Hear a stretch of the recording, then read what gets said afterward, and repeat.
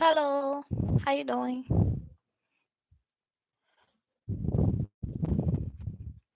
Hello, everybody. I hope y'all having a good day, a great day, a blessed day, and a wonderful day today. Tonight, I should say. Hey,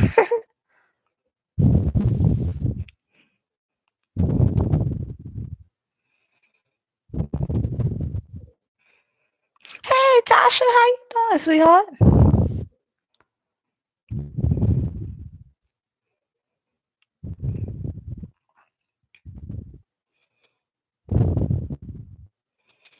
Trying to find me a little music to put on in the background. I don't know. Do y'all even be able to hear that music when I be having it playing? My goodness, I sound like I need some water or something. My voice, my gosh. Let me go get some water. I'm doing good, Tasha. Let me go get some water right quick. I'm coming right back because my voice sound like a. I'll be right back. Hello, Joyanne. How you doing, sweetheart? Okay, good. Well, as long as it's y'all can hear it a little bit, that's fine. Okay, I'll be right back.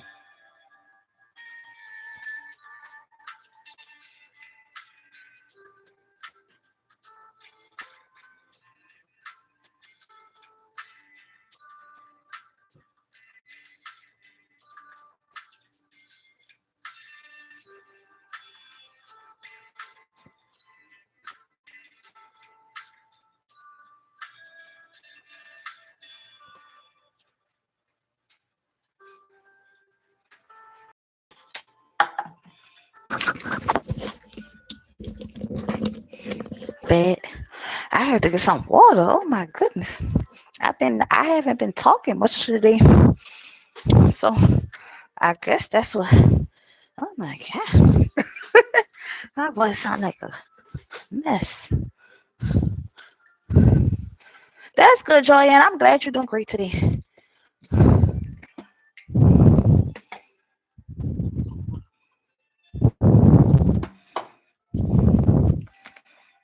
Hey Trey, how you doing, sweetheart? Okay. I could start with you if you would like me to do your reading. Trey, let me just take a drink of water right quick.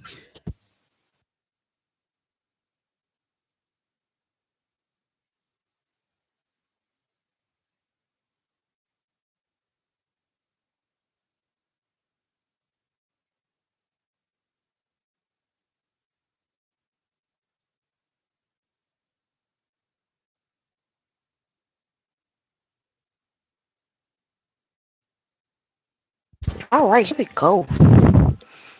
Hey, Alondra. That's my middle name.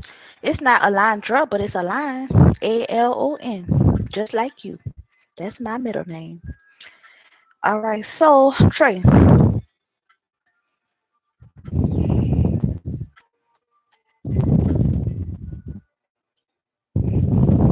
Okay, so I can do you a reading and see what I get.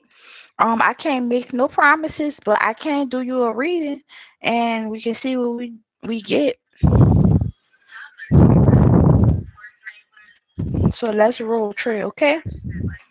So let's start out. Before I start, here we go. Let me say one of these things. Let's see. Okay, here we go. We're gonna do this one first.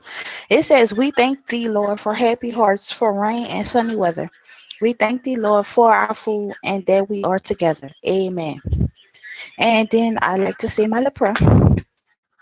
Dear Heavenly Father, I want to thank you for allowing me to be here today to do these call readings. I ask that you bless everyone in this live stream who watches. if they comment, or even if they don't comment, Lord God, if they watch it in the live stream or if they watch it in the replay, please give them your shield of protection over them and their family, Lord God. I ask this and many more blessings in your darling son Jesus' name. I pray. Amen. Amen. And amen. Okay, so here we go. Hey, oh Joanne, thank you, sweetheart. All right.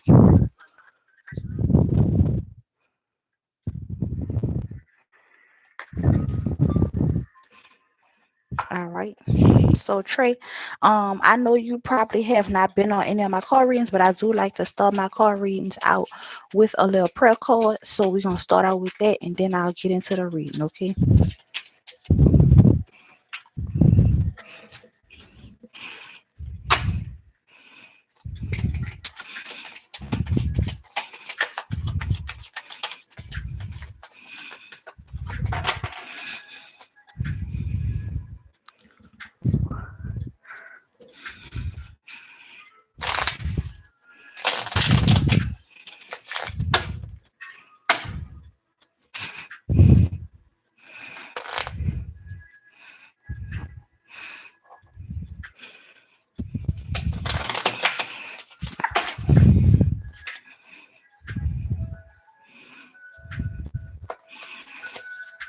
All right. So let's see what we got. So the two Bible verses that you have is Psalms 92, 1 and 4. It says, "It is wonderful to be grateful and to sing your praises, Lord Most High, because everything you do makes me happy and I sing joyful songs." And then you got Psalms 138, 1 and 3. "With all my heart I praise you, Lord. I praise you for your love and your faithfulness. When I asked for your help, you answered my prayer and gave me courage." Psalms 138, 1 and 3. Okay, so you want to know, you want clarification on if you may have some type of empathic abilities. So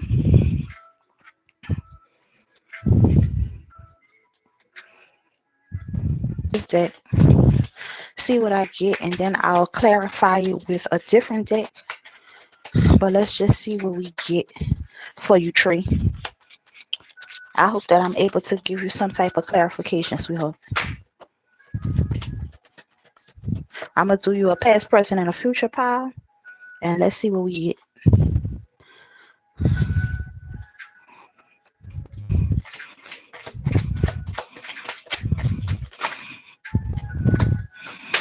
Oh, just too many.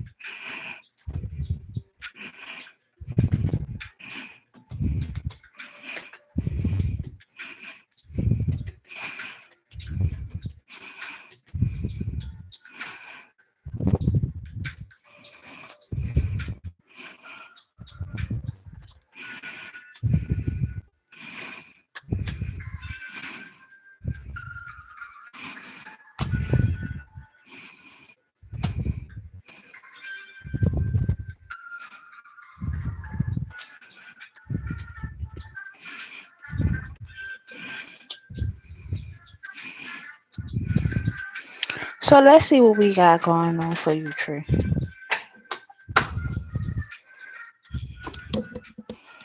So for your past, we have the Chariot in the reverse, the Five of Swords in the reverse, and the Five of Pentacles. So let's see what that's talking about.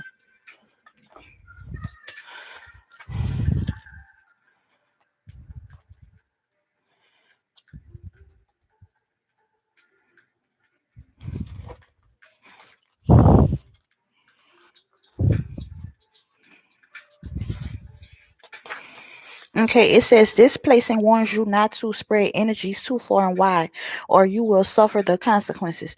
You may have little regard for rules and regulation or the law of the land. Through a power hungry quest for achievement, you may appear ruthless, bring upon your own failures. If the surrounding cards indicate travel, then this means breakdown and trouble with a vehicle. Okay, so then the next card is the Five of Swords in the reverse. It says when this card appears reversed, jealousy and upset are behind you. You will enjoy victory over personal problems. You will now be clear of all malicious gossip and slanderous rumors brought about by jealous people who are intent upon bringing down about your downfall. And then you have the Five of Pentacles in the upright.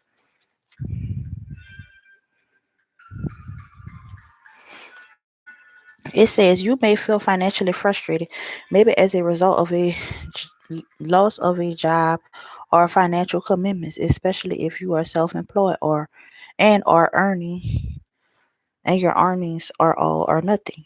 If your question does not pertain to finances, then this card could indicate a feeling of rejection or a feeling in a failure in a relationship. If the question is of health, then you must look at the other cards in the spread to ascertain if this is genuine or psychosomatic sickness. Okay, so in your past, you might have had some type of financial difficulty basically. You had a lot of negativity going on about maybe someone hurt you. It might not have even been a financial loss, or it could have been maybe um some type of somebody was basically talking about you behind your back or to your face. I don't know. And it's maybe something negative someone said may have caused you to have some type of financial loss. I'm not sure. But I don't know what the negativity was that was going on that caused the financial loss, but in your past, and that may be your recent past, I'm not sure. You had some type of loss, but it's saying that that situation is over, so that's good. I'm not sure if that resonates with you or not, but let's just continue on because the question is in regards to if you may be an empath, and maybe that's another reason. Maybe people can sense that you are empath, and that may be the reason why they had these bad um vibes. I guess I don't want to I'm gonna just say bad vibes because I don't really know what it is that was going on with the situation, but these people had these bad vibes because they could tell that you could feel that you could feel them, you could feel that they had jealousy, and they knew that you knew, and so they, yeah. hmm so here we go. You have the Two of Cups in the upright in your current situation. You have the Two of Cups in the upright. You have the Ace of Rods in the upright. And you have the Empress in the upright for your current situation. So let's see what that's talking about.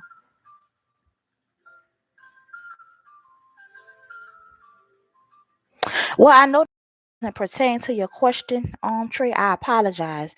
I just can only read the cards for what they say. Now, if you want me to just do a yes or no pulling and just stop the reading, I can do that and just do a yes or no. Would you prefer that? Because I don't want to do something if that's not what you want.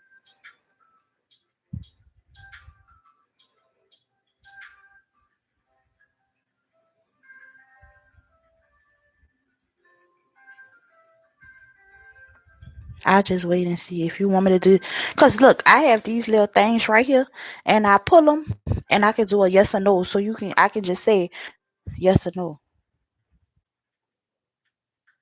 Okay, okay, no problem. All right. So let's see what we got going on. So we have the Two of Cups, the Ace of Wands, and the Empress in the upright.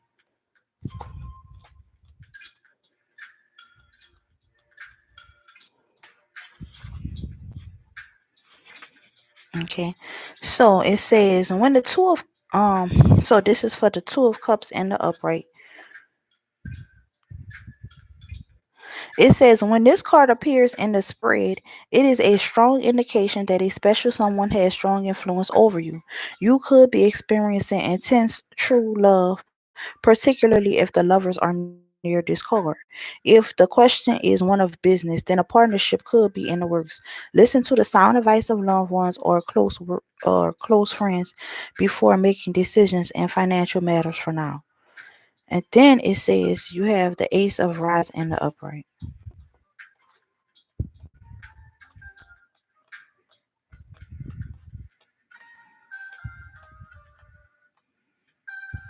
Okay.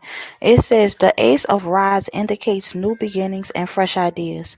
The storm clouds in the background are making way for sunshine and encourage you to prepare for a fresh start, as there is now calm after the storm. If you are asking about a relationship, this card indicates a fresh start to an emotional situation.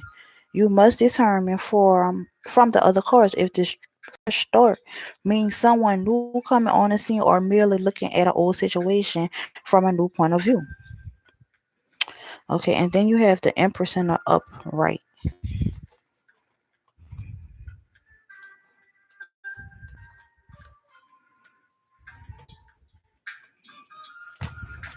So basically, it's saying that that old situation with the gossip and the foolishness that was going on, that situation is over, and now you are entering into a new phase of your life, and maybe you have in the past known of this empathic ability, and maybe now it's starting to begin to resurface. Now that you have that negative energy out of your life, maybe now your empathic abilities are coming to the surface because it's saying that you are beginning to have a new start, a fresh new start, and you may be revisiting things from the past. So maybe in your past you had the feeling of maybe I might be an empath, and now all of a sudden, since you let go of whatever that negative situation was, maybe now your empathic abilities are starting to resurface. But let's just continue on and see what else I get. So then we have the Empress in the upright. It says, when the Empress appears in the card spread, it suggests fertility and growth. See, that's what I'm saying. Growth. You you let go of that old situation, and now you're moving into a new phase in your life. So let's continue on and see what the future brings. And then I'll do a little more clarification. So for your future pile, you have the Eight of Swords in the reverse.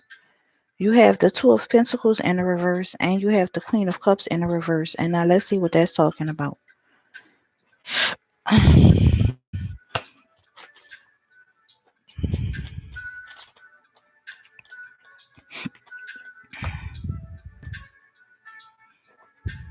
Okay, so the Eight of Cups in the reverse is you have come down to earth with a bump, and now realize that you are antagonizing yourself, imprisoning yourself in your own situation. You must see the way out of this difficulty so you may advance in life instead of feeling stuck in a rut. Find the strength to break free in order to find a peace and tranquility. So find a way to tap into your empathic abilities. If this is what you want to do, if you want to be an empath, or if you feel like you are an empath, then you need to find a way to break free of those negative thoughts that's keeping you bound of with confusion and not knowing if this is really what it is that you want.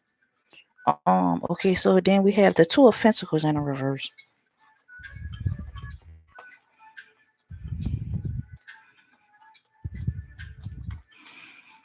Okay. It says that this card reverse means cutting back on work or responsibilities. You may have to decide to break free. See, they're telling you this again. Um, and go at it alone.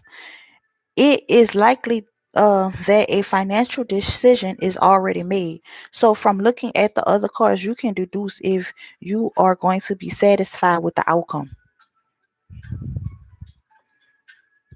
Okay. And so then it's up to you. You have to decide if this is the path that you want to choose or not. But if it is, we're gonna get clarification just to confirm if this is, the direction that you need to head in. It that's the best way I can say explain what I feel about that. Okay, so then we have the Queen of Cups in the reverse.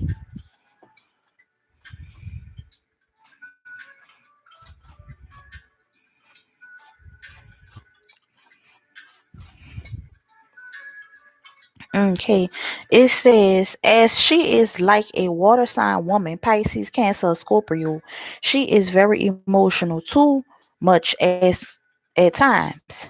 She may let her emotions rule her head, and this doesn't have to necessarily mean a woman. I mean, this could also be meaning you. Like you could be having your emotions. I don't want to say on your sleeve, but you could feel other people' emotions. Basically, is what I'm saying. Like if somebody else upset, that's gonna make you upset. And if that's the case, then yes, then you would be an empath because you would be feeling other people's emotions. But it's saying, let me continue. It says, she is very emotional, too much so at times. She may let her emotions rule her head and needs to be encouraged to see things in a clear perspective to avoid being hurt. The of Cups reverse is too soft hearted, a sucker for a sob story. Okay? See? But anyways, let's continue. It is very easy for someone to play on her emotions. That's what I'm saying. It's easy for you to feel these people emotions. So yes, it says she must toughen up for her own good and stop living her life around what everybody else wants. You can't do that. You can't, because when you take on too many people emotions, it's like that could bring down your spirit because now you taking on the emotions of all these other people. You know what I mean? It says she leaves herself wide open to be taken advantage of and used. So to me, I would say it's a yes. But let's just do I want to do another clarification, and I feel like I want to use this deck, and for whatever reason I want to use it. And I was just before I started, I was like, I don't really use this deck that much, but for whatever reason I feel it in my heart to use this deck because I just keep seeing the image of this deck popping into my head the whole time I was talking. So let's just see why is this popping in my head. Hopefully it gives you some more type of clarification to help with this. So we know we're not gonna clarify the past situation. We already got that understood. So let's clarify we just gonna clarify the future situation because I mean it's pretty much this is the deck that's pretty much saying yes, you are an empath. So let's just clarify if Trey is an empath. Please give me some type of sign or some type of message for Trey on his question regarding being an empath.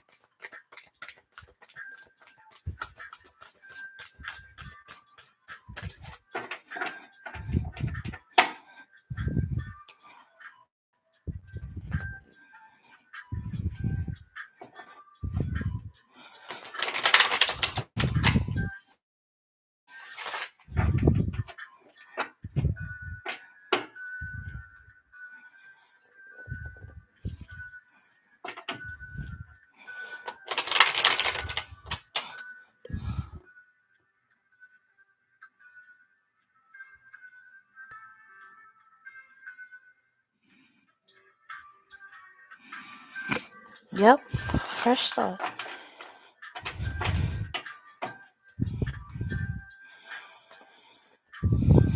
So is Trey an empath? Does he have empathic abilities?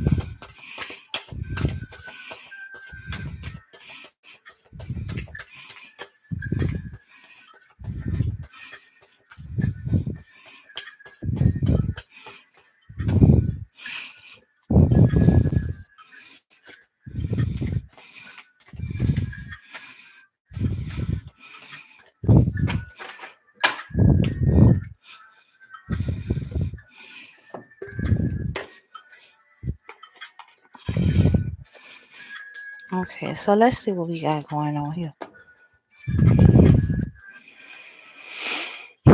So the first card we have that came out of the deck is the Elder card. It says move beyond ancestral patterns. And then you got the Sage, be devoted and committed. And then you got the Drum, dream and journey. And then you got the Dorit, hold the. So let's see what these cards is talking about, okay? So the Elder, it says the Elder. Move beyond the limitations that you have set for you and your family by past and present. See, that's what I was talking about. You got to let go of those blocks and all that negativity that's gone. And now it's time to move forward.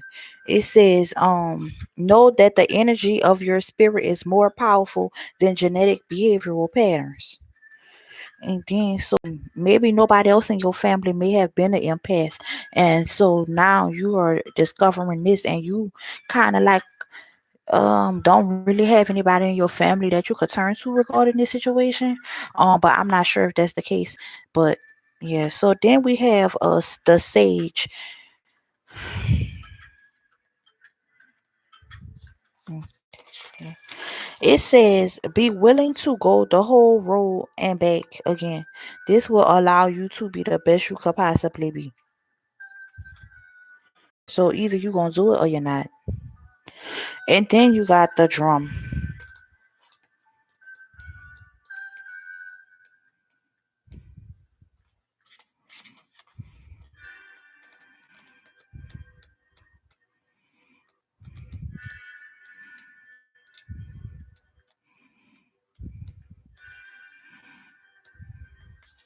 It says journey inward to uncover insights and information that will be important for your path. Then follow the guidance.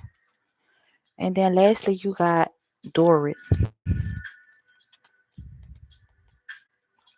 It says hold things together. Don't make any sudden moves or changes. Stand strong, knowing you are where you are supposed to be.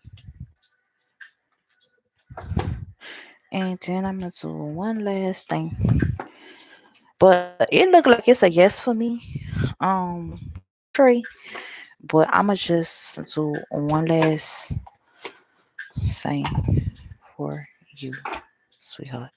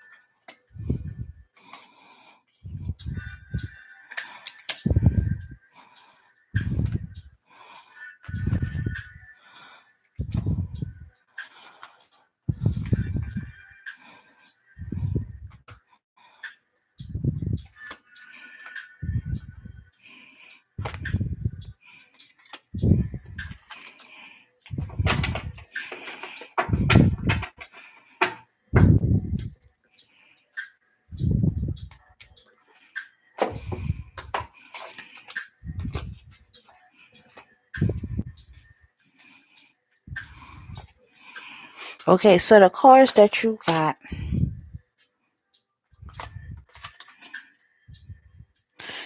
environment. That means you care about the environment, you care about the people around you. You need to spend time in the environment. Maybe spend time connecting with the earth. Um, and then you have healing. And let's see what that says. Healing.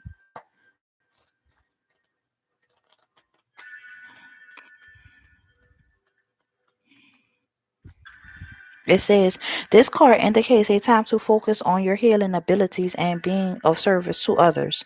By drawing this card, you are being encouraged to expand your understanding of the healing arts and the many different ways to heal. Perhaps you feel drawn to Reiki, Kingsology, physical therapy, homeopathy, acupuncture, nursing, counseling, or life coaching. Whichever path you choose, it's time to set the wheels in motion. And then you got physical activity. It says this card indicates the need to exercise, which reduces stress hormones and releases feel good endorphins in the brain, creating an overall sense of well being, self confidence, and peace. Because you attract what you feel, when you constantly feel good, you invite blessings into your life. And then you got 37, which says time out. It says this card indicates a need to take a time out from your busy schedule and the hustle and bustle of life. Perhaps you've been working too hard and have a lot going on, and maybe you've been tired, irritable, and anxious.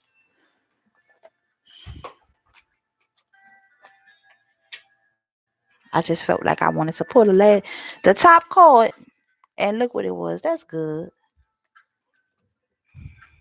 Anyways, uh maybe you've been tired, irritable, and anxious, or just generally feeling unwell. If you've been under stress of any kind or have been spending time in a negative or toxic environment, you must remove yourself from that situation to heal and recharge. And then you have parenting, number 63. It says this card indicates that you have a natural gift for parenting, an empath, and working for children. Perhaps you have a child or children of your own, or maybe there are children within your extended family of circle of friends. Maybe you play the parental role within your relationship with others who tend to behave like children. I apologize. Whatever the case may be, your ability to teach, nurture, and guide the next generation raises the vibration of the world. Everyone's Every ounce of time, attention, love, and support you invest in a child pays dividends down the road. And then you got synchronicity, number 87. It says this card indicates a need to have faith in a universal order of events. Even in the midst of hopelessness and uncertainty, there is no such thing as an accident or a coincidence in the universe, and the perfect people and opportunities will appear miraculously when least expected. And lastly, you have happy endings, number 93. It says this card serves as confirmation that a very happy ending is right around the corner. Even if it seems ludicrous and impossible at this present moment in time, a favorable outcome awaits you and is well within your reach. Since you attract what you are, you got two cards that say the same thing. You bring yourself good fortune when you are happy. Therefore, you will attract your positive outcome sooner by being joyous now, that is, by acting as if what you want has already come to pass. So Trey, I hope that that was some type of clarification for you in regards to your empathic abilities. For me, I would say it's a yes, but like I said, it's up to you how you proceed to move on from here. But I'm going to do one last little reading, and it's my little cards that I like to pull at the end of each one of my readings. Just to end the reading, I like to pull one from here. So let's see what we get for you, Trey. And then if there was, I don't know if anybody else had wanted to get a reading, and I will check the chat in a second. Um, let me know down below. I'm gonna do one last shuffle and I'll read the card at the bottom of the deck. Matter of fact, I'll read the card at the top of the deck. I'll try something different today.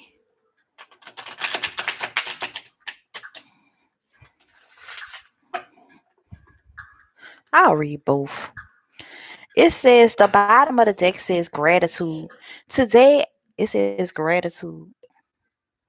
Today, I am grateful for all the little things. Even when the big things suck, there are always plenty of little things I can be at least a little grateful for, like hot showers and music, and the fact that humans invented an internet and I'm allowed to use it whenever I want to. Using fingers and thumbs that do whatever I think them to do at any given moment. You can do anything that you want to do if you put your mind to it, Tree.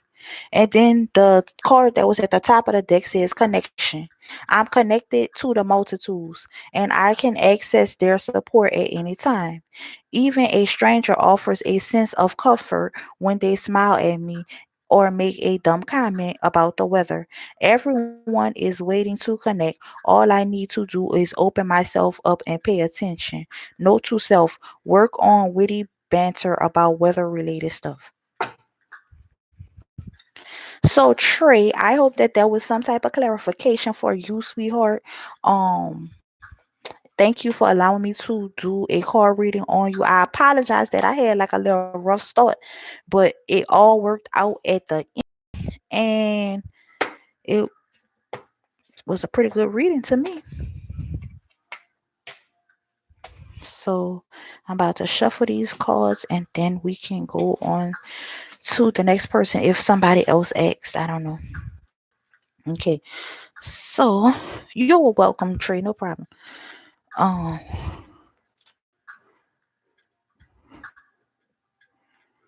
yeah, Tracy, it don't have to necessarily. You can't literally take each. Oh, excuse my head, y'all. You can't take each card literally. You know what I mean? Like you could take it literally, but I'm saying you have to read the cards. You can't just say, "Oh, it's parenting." I ain't no parent. you know, because they got grown ups that act like children. That you got a parent. So you might be talking to grown ups that act like a kid. You see how you could kind of like read between the lines?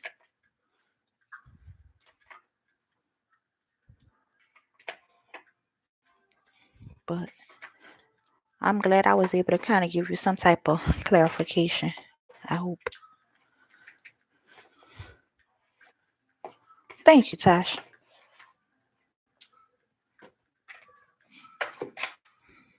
Okay. Okay, let's see. I guess nobody else had one in the card reading. But yeah, y'all, I apologize for getting on so late today, y'all. I slept most of the day because yesterday, y'all know I had got off the live stream kind of late, and then like I was already tired because I had got off the live stream late the night before. And my husband, when I did get off the live stream, he talked and talked and talked my head off to death on the phone. And then I didn't go to sleep till like in the morning, and I had to get up and get my hair braided for 7, which I was late to my appointment. I didn't get there till 8, but nevertheless, I was up all day, and then when I got home from my hair appointment, I got on the live stream, and then I was on here till like 12, 1 o'clock. And then, whew, when I did go to bed, oh yes, baby. Hello, Jules. How you doing, sweetheart? So I was tired earlier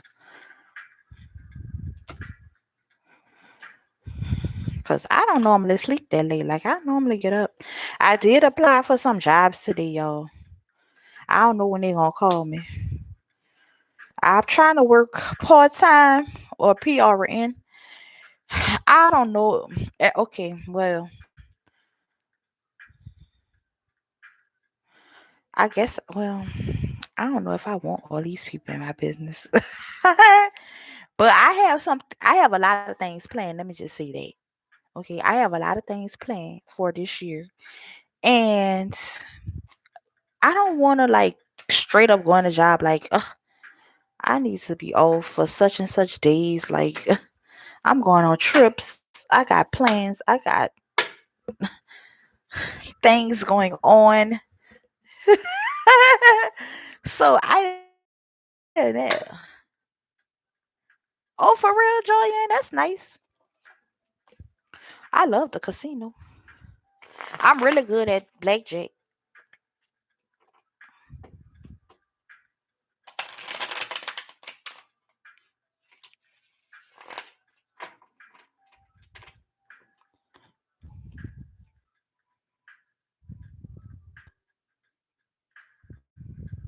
Yeah, I can read. You want me to do you one, Tasha?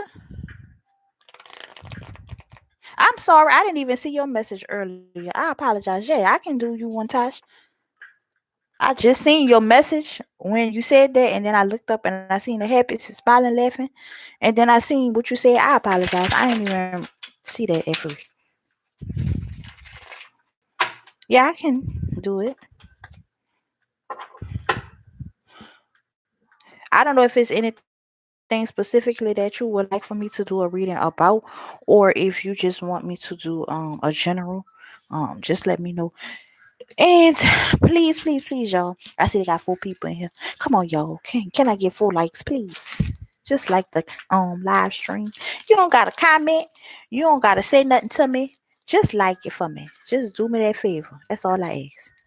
You do not even have to talk to me at all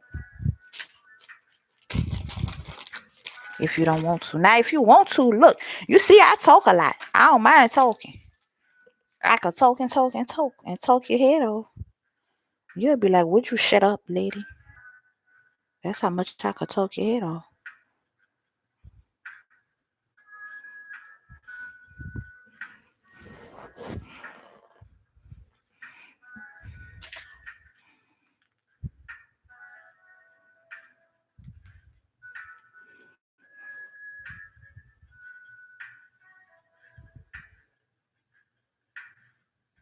Okay, all right. So I'm gonna do Tosh, and then I'm gonna do you, VG. Okay.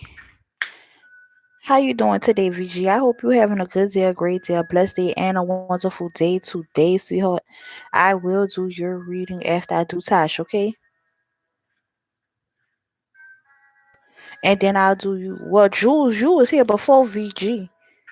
So, well, no problem, sweetheart.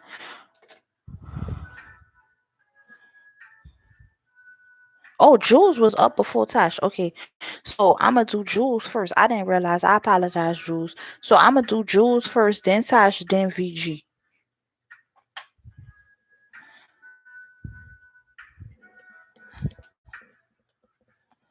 Okay, so Jules, you go and then Tosh and then VG. I didn't see. I apologize, Jules. I wasn't ignoring you, sweetheart. I didn't see the comment.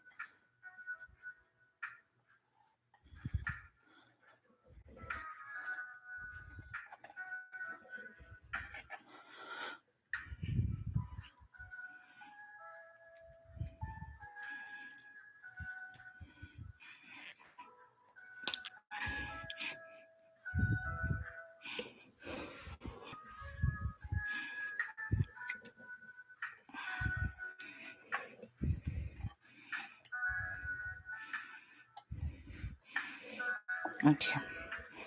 So here we go.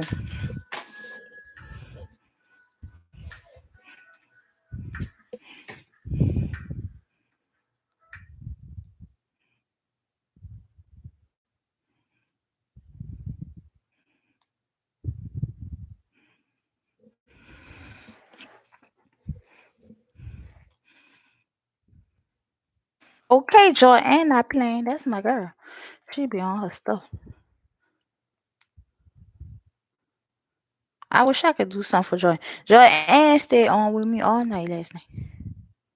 I mean, a lot of y'all stayed on with me. Tosh, Joy, who else was in here? I think AZ.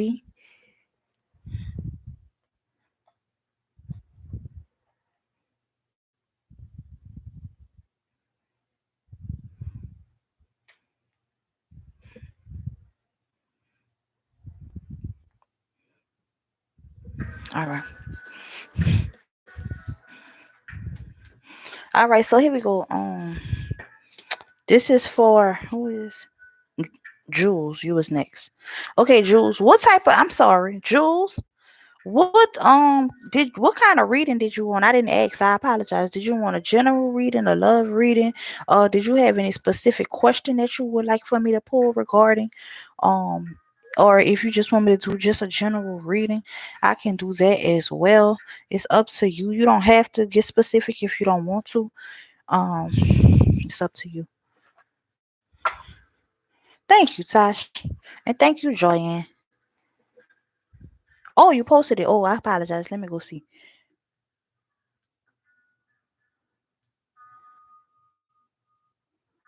Secret. Hope everyone is well.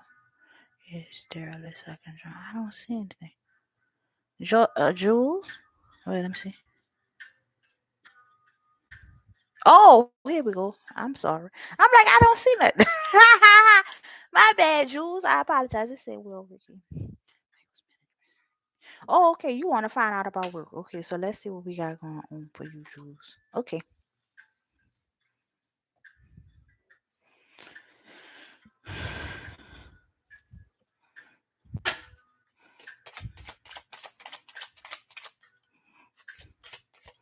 And hello to everybody in the chat that I may not have spoken to. If I didn't see a comment or if you didn't say a comment in the thing, hello to you. I hope you're having a good day, a great day, a blessed day, and a wonderful day today. I'm having a good day per usual.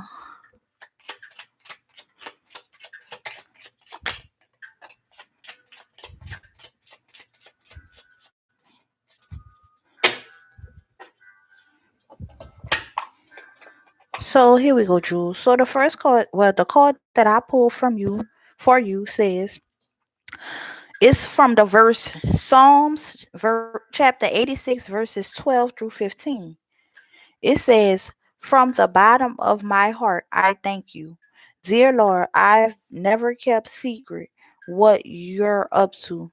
You've always been great toward me. What love. Oh, you, oh God, are both tender and kind, not easily angered, immense in love."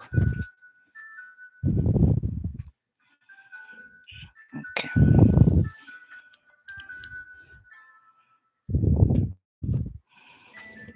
Okay, so Jules. Will Jules be hired at Ricky's? What's Ricky's, huh?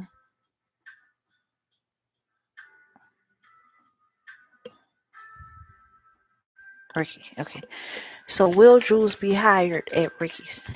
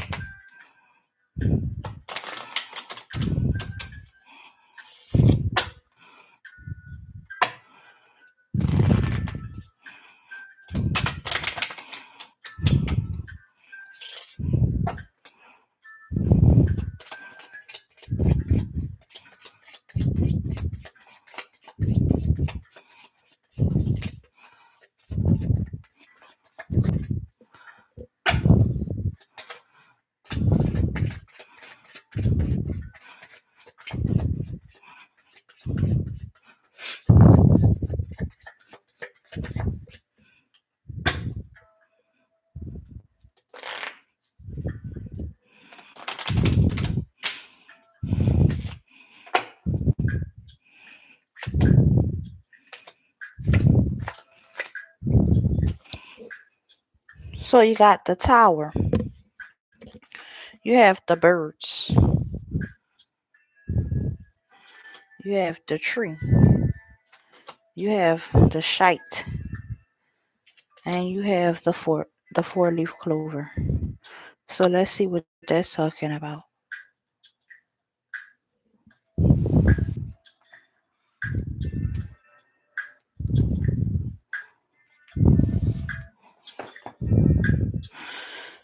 Okay.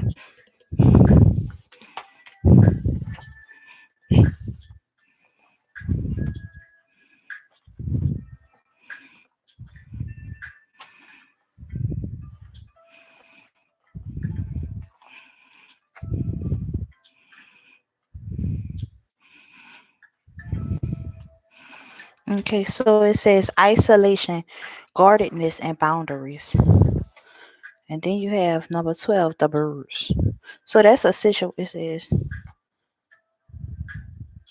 Let me just read what the overview says because I just, for whatever reason, it says, high in the tower, you're protected and guarded, and you can look out at all your surroundings and really understand the lay of the land.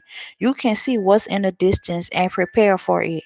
You're isolated and alone, but not necessarily lonely. In the tower, you have time to reflect on the past and plan for the future. It's a cautious card. The tower encourages you to set healthy boundaries, to know when to put your walls up. Sometimes it's about separating yourself from the day to day so you can rest and ground yourself. I have the tower come up and, oh well, that's what the person just going on. Well, I guess I could just read it. Why not? I have the tower come up in readings for creatives a lot. It often reflects the necessity to take a break or time away to get inspired and create a new body of work.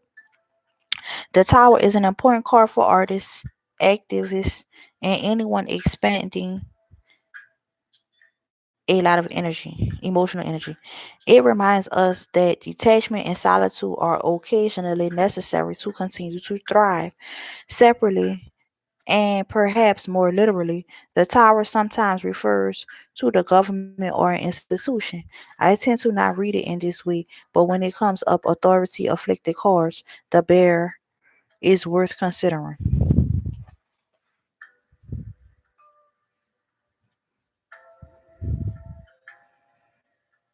Okay. So then the next thing that you got is the birds, which represent communication. But let's just read what it says.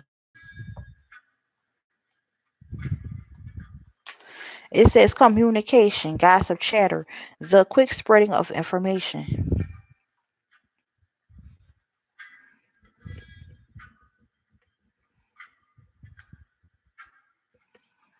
It says the bird is a card all about verbal communication, chatter, and the word traveling fast.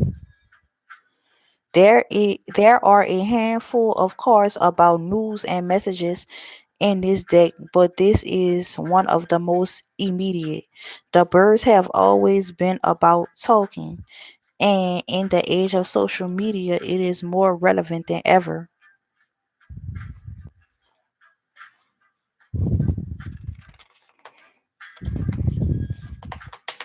Okay, so then the next, that's good. At least you know one thing, they're considering you. They're talking about you. That's a good thing. Okay, so then the next thing says the tree. It says longevity, growth, roots, physical health, wellness, and self care.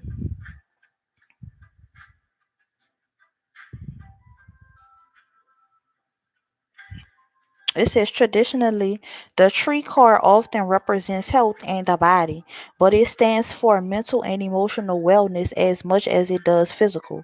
It reminds you to take care of yourself and strive for longevity.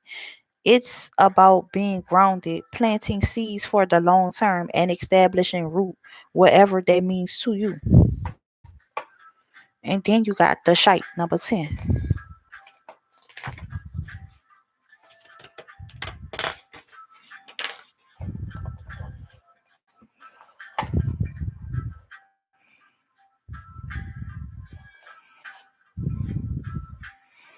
So you got the authority figure or some type of authority.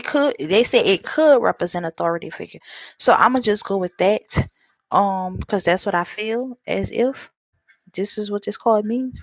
So the authority figure is talking about you. It's saying that you need to establish well roots and be grounded in the situation if this is something that you are, trying to have for a long time. Longevity is definitely a part of the plan. And then let's see what the shite is talking about. Number 10. That I believe means like cutting off loose ends, cutting off old situations. It says cutting, clearing, and culling, a sudden or unexpected removal or break. It says this card isn't as scary as it looks.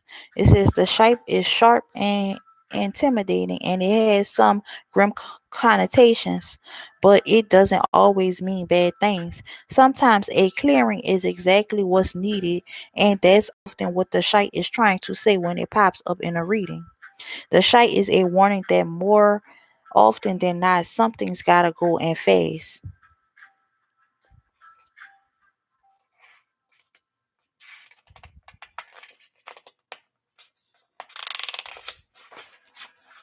And then you got, well, let me see.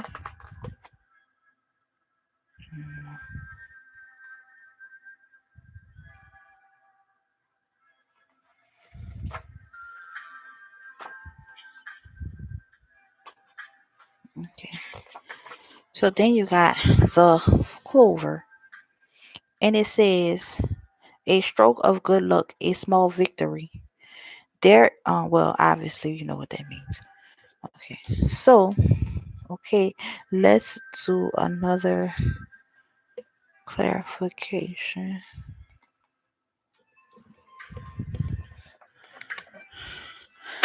Does this clover represent that, does this clover signify that Jews will be hired at Ricky's?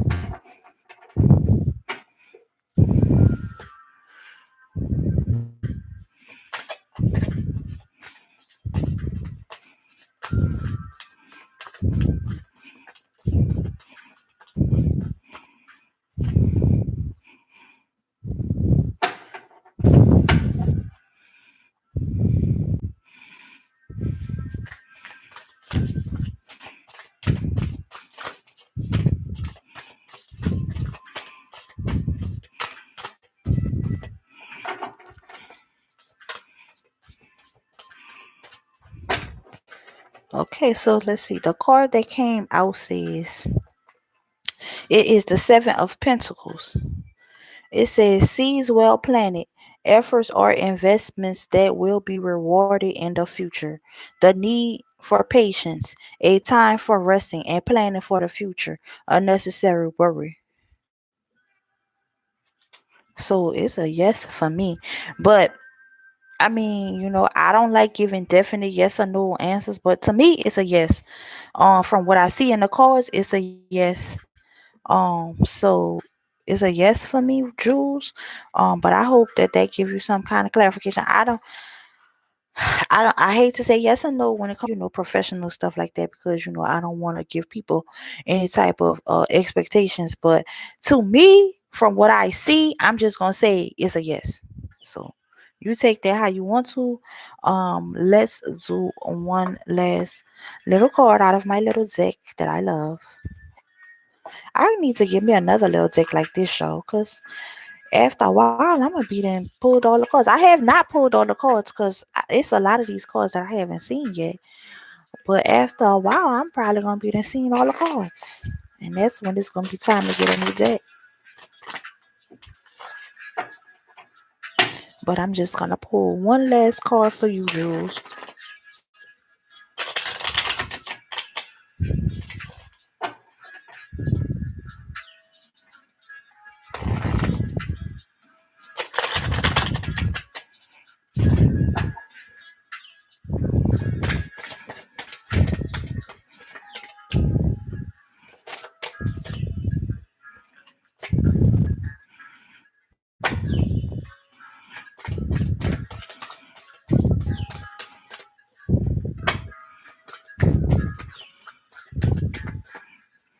Okay, so the card that you have says communication. It says, wonder how that other person's feeling? Ask them.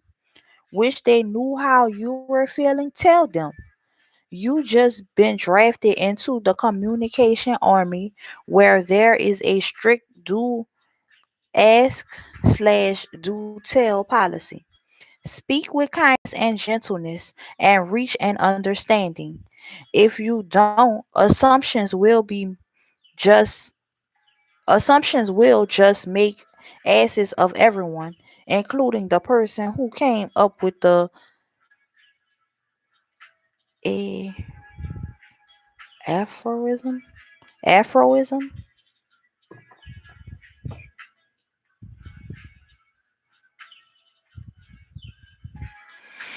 So, all right, Jules. I hope that that was helpful to you, sweetheart. And I hope that that gives you some type of clarification. I think the next person who was up was Sash.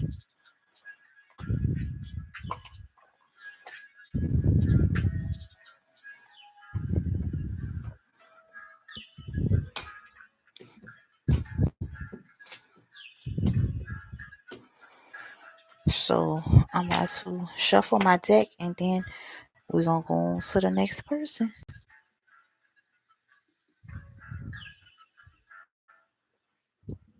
Okay, perfect, Jules. I'm happy that that was.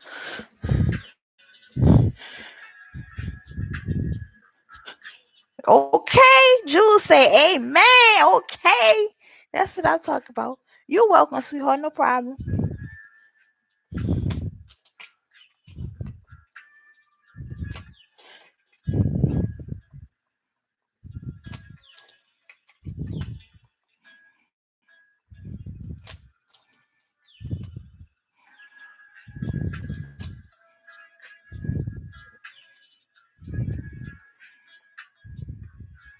Oh, thank y'all. I got 4 people in the chat and I got 4 thumbs up. That's what I'm about, baby.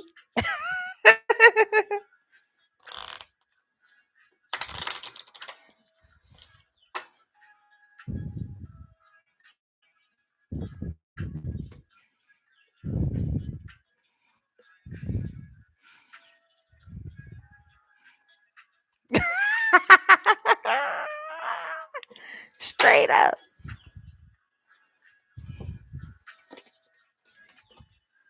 Okay.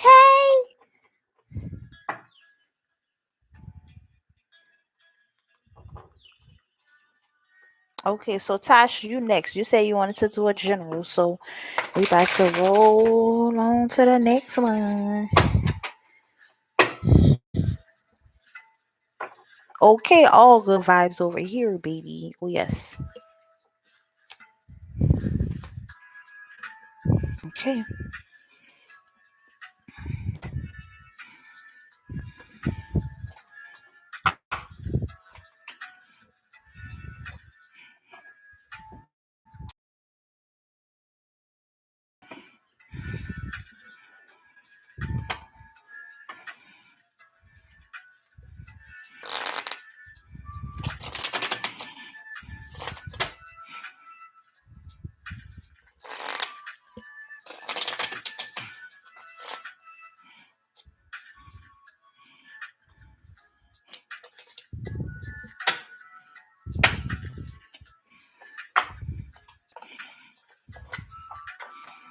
All right, Tosh. So the first card that you have says Psalms 118 and 21. It says, "Thank you for responding to me. You've truly become my salvation." And then you got Second Samuel. Ooh, I haven't read one from Second Samuel. It says Second Samuel 22, 26 through 29. It says, "You are good to those who are good to you. You are pure to those who are pure. You save the humble. Lord, you give light to my lamp. The Lord brightens the darkness around me." That's sweet. All right, so here we go. This is for. I'm gonna start with that. This is for you, Tosh. So we're gonna just do you a general for my girl Tosh. We're gonna do a little past, present, and a future. And let's see what we got going on for you, Tosh.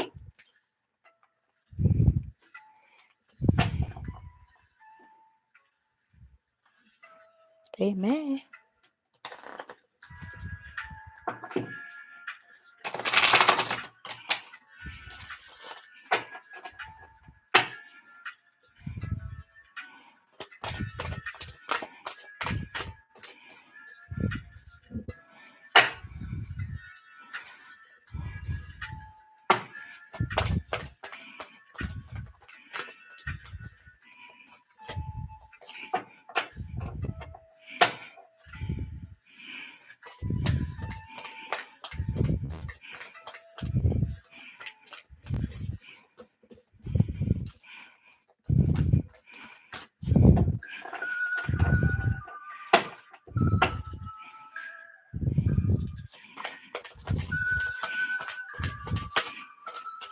Is there any messages for Tash in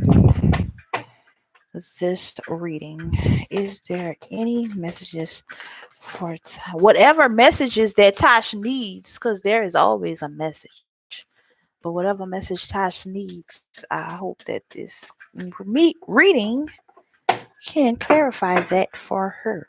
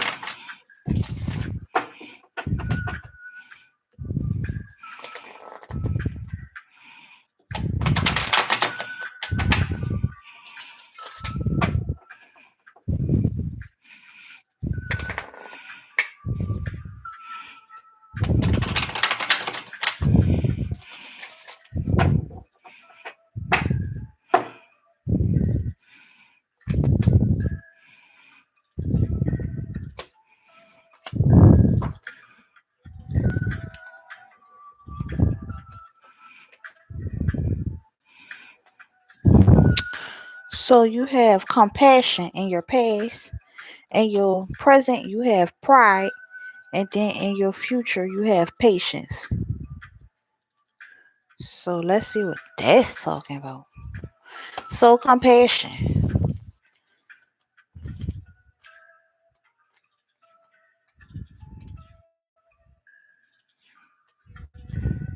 It says this card indicates a need to be kind and compassionate towards others, especially those who extend beyond your family and circle of friends.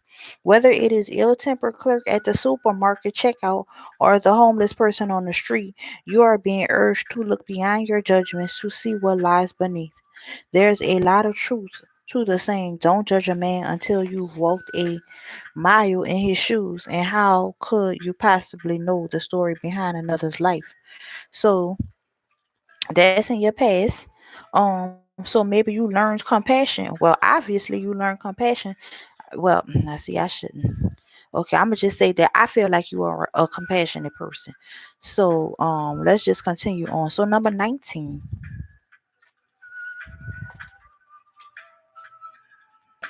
it says that number 19 is pride.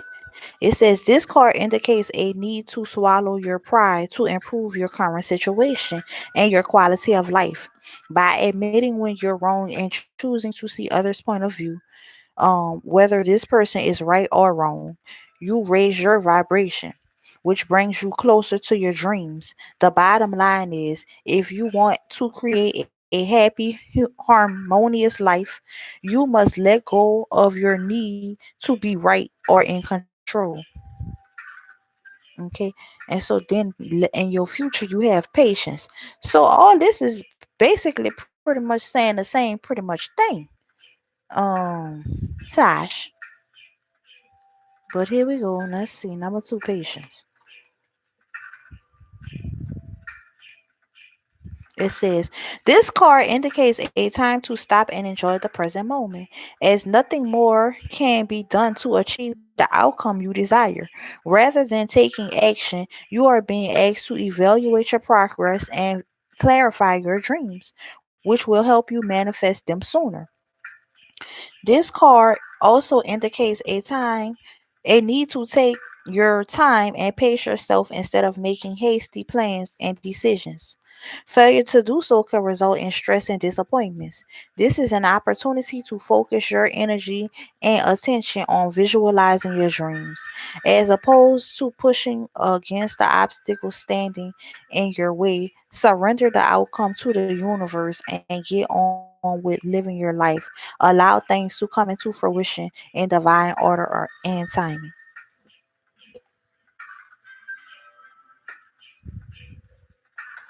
And then I just wanted to say this because I did see this at the bottom of the deck, and I was gonna pull from the bottom of the deck, but then I decided to pull from the top of the deck. But this you did have love, so I want to say that this goes for the future because I was gonna pull this, but then I decided no, and then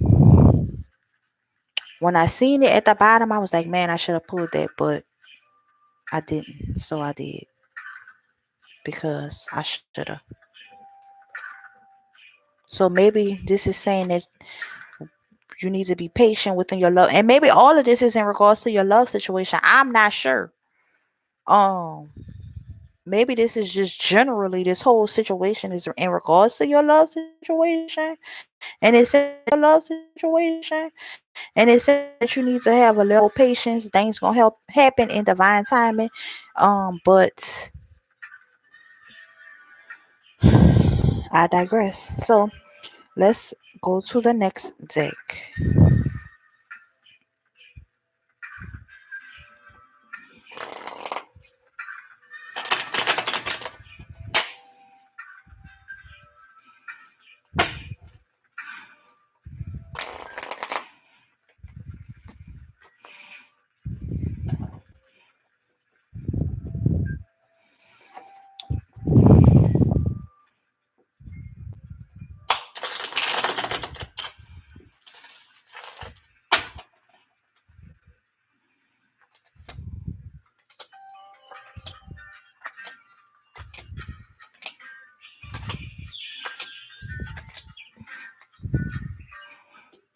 Okay, so let's see what we have. So for the past, you have the star in the upright, the two of swords in the reverse, and the three of rods in the reverse. So this can be your recent past. This could be yesterday, or this could be, you know, 5 years ago. But for whatever reason, I feel like was your recent past. This situation is going on, but I don't know. Um. Okay. So the star, and I know I have to stop saying I don't know. I have to stop doing that. But I don't know. See, look, I got a problem. The star.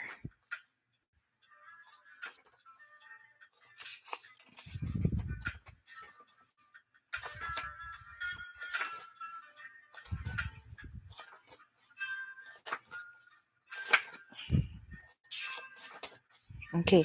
So the star in the upright, it says, when the lady of the star is with you, she brings the spiritual unicorn into your soul. You can expect something wonderful to happen in your near future, as there is very optimistic outlook now. Dreams really can become reality. The surrounding cause determine in which area your good fortune will manifest itself. If the question concerns finances or work, surrounded by other positive cause, the star indicates a possible windfall. Whatever you desire, this card suggests a dream come true. And then you got the two of swords in a reverse.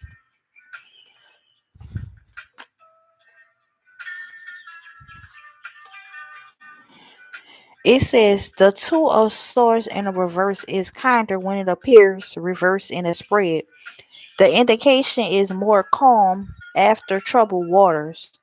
Differences may be resolved and harmony will regain more once more. If the question is one of relationships, then it is likely that although this is a difficult relationship, both parties have learned to give and take for the sake of the resolution. See, that's what they said, the same thing right here. They say you got to give and take. There's the same thing. Here we go. All right. We got the three of rods in a reverse. Let's see what that's talking about. All right. So it says that this card reverse indicates delays and setbacks due to or connected with other people around you. There could be postponement of a group activity or creative block in a new enterprise, both leading to frustration. If the question is one of travel, then there may be delays or cancellations. So it's some type of delay or something that's what's causing the upset and the confusion, but it's saying that that situation is being resolved and you have to learn to give and take so that the resolution can come about. Okay, so for your current situation, you have the king of rods in the upright, the 10 of rods in the upright, and the 10 of cups. Ooh, I love it, love it, love it. So I know that the ten of rods mean that you are trying to put it all on yourself. But let me just read from the book because I want to make sure I'm telling you the right thing. Okay, so the king of rods in the upright. It was definitely a lot of tension because the rods be meaning like tension, I think. I know the swords definitely mean tension or like a fight or like. And I know the cups means like emotions. And you got the ten of cups, which is awesome because look at this happy family. That's sweet. But let's just see.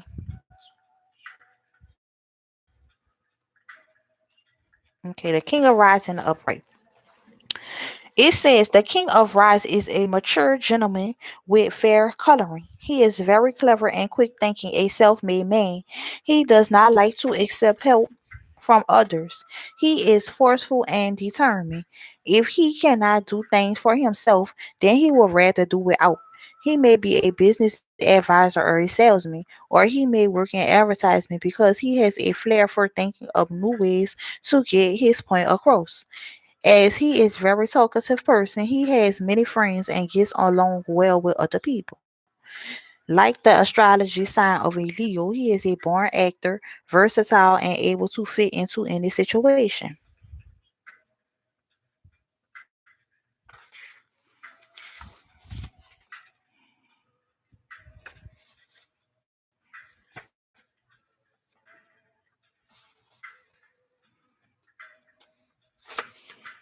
Okay, and so then you got the ten of rods in the um upright. It says when this card appears in a spread, you are in danger of taking on too much. If you do, you will only succeed in running yourself into the ground. Look at the surrounding cards. If the magician or the emperor card are reversed, you may be abusing your authority or becoming unrealistic. But at the same time, you are adamant that you can cope. In this situation, you are bringing about your own downfall. So I would say to me so far, that I got from this is either you or your person is very um it might be both of y'all, to be honest. I gotta do it myself. I don't need nobody help. I could do this. Cause this person right here think they could do it all by themselves. And this person here is taking on all the jobs and not giving nobody else. See, it gotta be a give and take. Everybody can't do it all by themselves. We all need help sometimes. And maybe that if you allow yourself to get that help, or if whoever is the person that's not allowing the help to be given to them, does work with the compromise, then you can have this happiness. But let's just continue on. The ten of cups in the upright.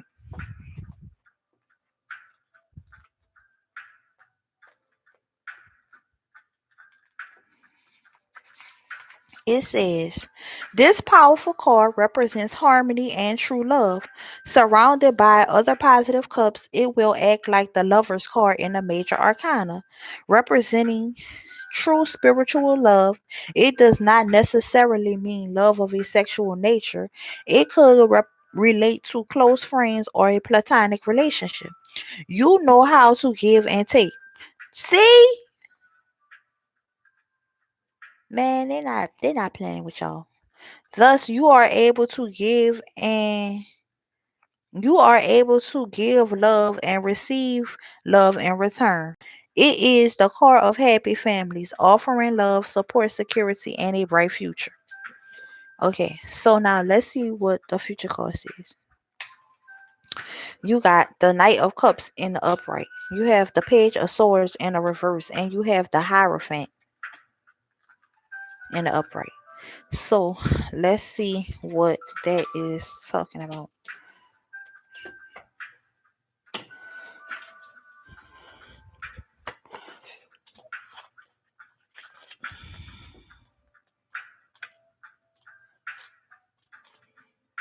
Okay. It says you must first decide if this card represents you or if it represents the man in your life.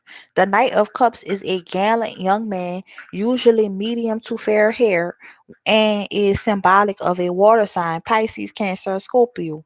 If this is not his actual birth sign, you will find that he portrays the characteristics of a water sign male.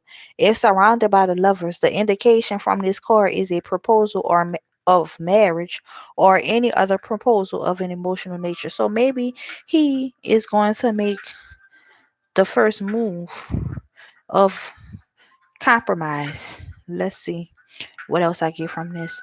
Um or if you feel like this card represents you, then maybe you gonna be the one to make the first move to the compromise. But I don't know how you took it or whatever. You don't have to put that in the chat because it's but how you took this card, so you know. Okay, so then we have the Page of Swords in a reverse.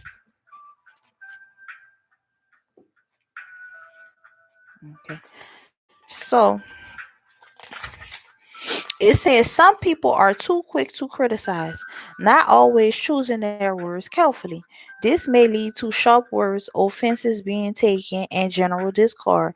Sometimes this card appears in reverse in the spread of a parent who is suffering problems with a cooperative or rebellious teenager.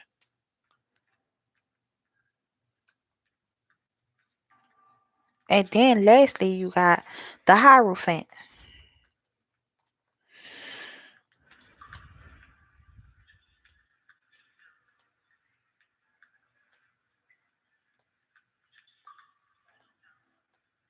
Okay.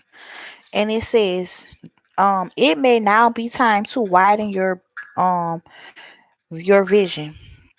You may be approaching a time of change, whether you want to or not. You need guidance, so take the advice of others. Although ultimately it is your decision as to which path to take. Sometimes it helps to see other person's point of view and learn from their mistakes.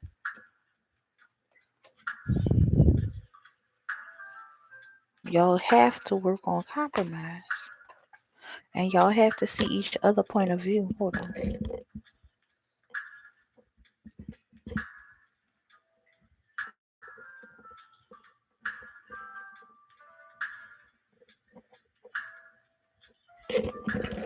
My apologies.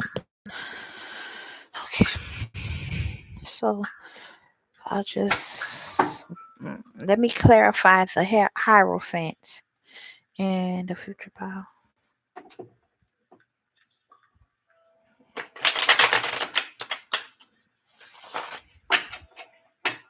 And Tasha, I hope that what I'm saying is making any sense to you. I don't know.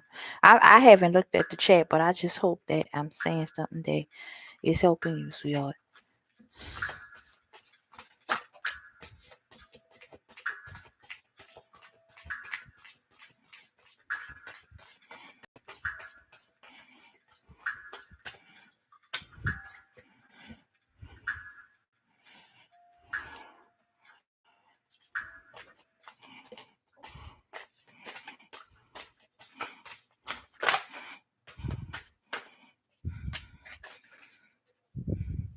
It's definitely a lot of water sign. It's been saying a lot about water sign, and then two of these cards say water on it.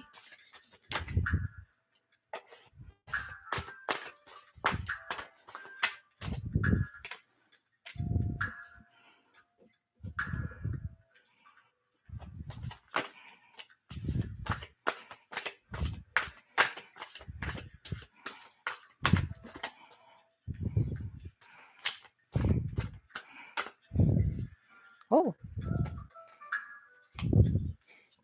you got a lot of water going on over here. I feel like I want to say, "Cry me a river, hey, cry me a river." Y'all remember that song, Justin Timberlake? "Cry Me a River." That's what song popped up in my head.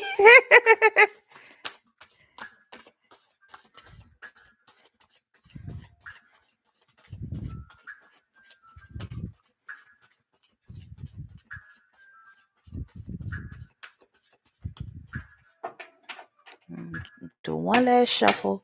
If nothing else pops out, then I'ma just go for what we got. Okay.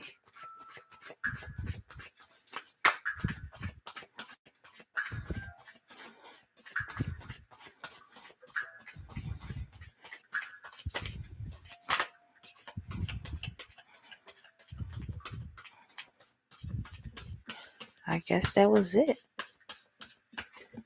All right, here we go. I'm gonna leave this one here, and let's see what we got going on. So the first card that popped out says the Four of Cups. And it says, failing to recognize a magical opportunity, missing the point, the decisions of daily life, discontentment or boredom, lost in your own world. Wake up. Gotta work on compromise. It's not all about one person, it's a team effort. Okay, so then we got the Queen of Cups. And it says loving, compassionate, psychic, self sacrificing, deep psychic insights, caring for others but forgetting to take care of yourself. Trust your intuition, a deep love of family and friends. Follow your heart. So it's not about just one person. You can't also, even though that's a good thing to care about other people, but you can't just only care about them and neglect yourself. It's still a give and take, even in that aspect as well. It's a give and take because after a while, if a person's caring about somebody else and not caring about themselves, they will start to get burnt out. Okay, so then we got the Seven of Swords. It says a loss of peace of mind or personal freedom. Take caution and be aware of others' actions. A material loss. Make sure you are being honest with yourself, embracing secrets. And then you got the King of Cups. You got the Queen of Cups and the King of Cups. It says trustworthy, honorable, devoted, cautious, someone you can completely trust, a situation that is safe, a solid romantic relationship, hidden but well intentioned emotions, a charitable benefactor, seeing a counselor. And then you got the Six of Cups. And it says children or childhood, revisiting old times or plans, embracing your inner child, the return of people or romances from the past, romanticizing on how things used to be. And the last card that you got is the moon. It says, listen to your intuition and pay attention to the signs from the divine. Unnecessary worry. Let go of your fears. Revelations that will make everything clear. So Tosh, I hope that that was helpful to you. This reading I pretty much got was about compromise. Pretty much listening to each other and hearing, not just listening, but also hearing each other's side and point of view, and coming to some type of compromise. But so here we go for this last little card that I love so very much. Let's see what we get for my girl Tiggity Tosh and her relationship or whatever this call was talking about. It might not be relationship, I don't know. But my girl Tosh.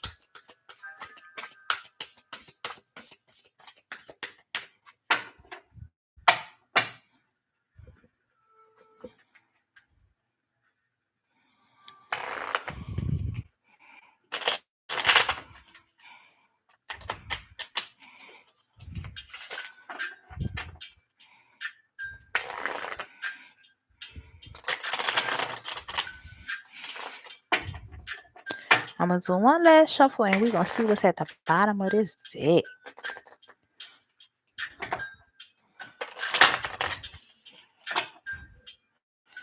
So you have self-love.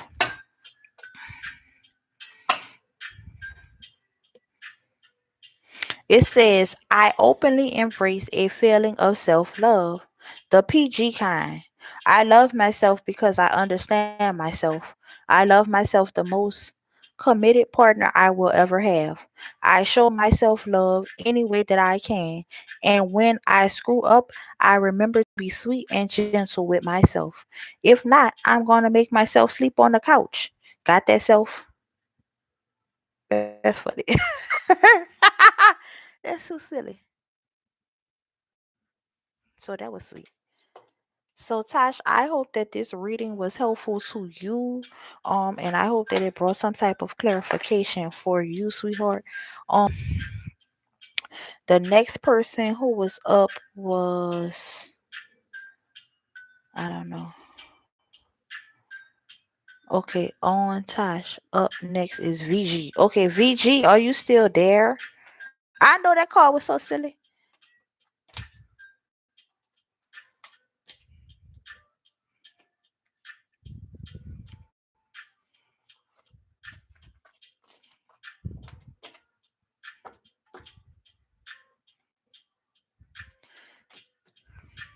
I'm just shuffling my cards now. We're gonna see if VG is still here. And if not, then the next one is says loves, love. I don't know. Lose love. Oh, lose love. Okay.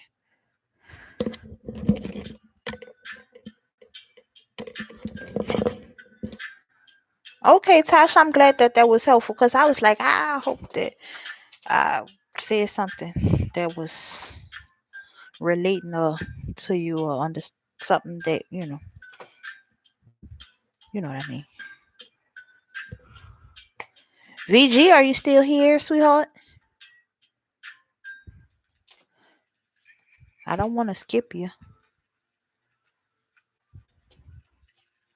I'm just shuffling my cards now. By the time I finish shuffling my cards, if VG don't go, then the next person is up next is lose love. Thanks, Joanne.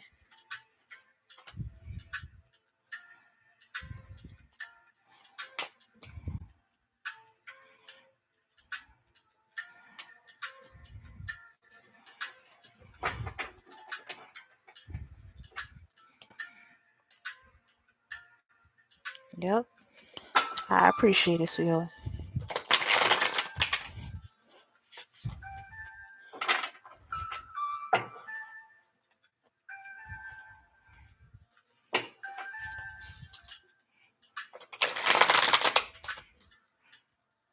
I guess VG probably not here. Um, I guess. Well, lose love. I guess you can let me know if you. I guess I'll do you next because VG never responded. So thank you, Joy. So you can let me know if you want a general reading, a love reading, or if you have a specific question. I need to go to the restroom. I'll be right back. I just have to use it for 1 second.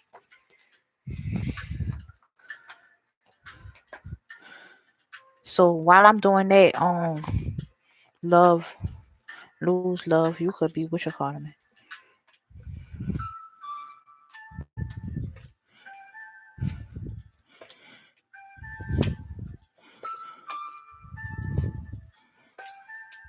I gotta use it, y'all. I'm trying to go fast. I'll be right back.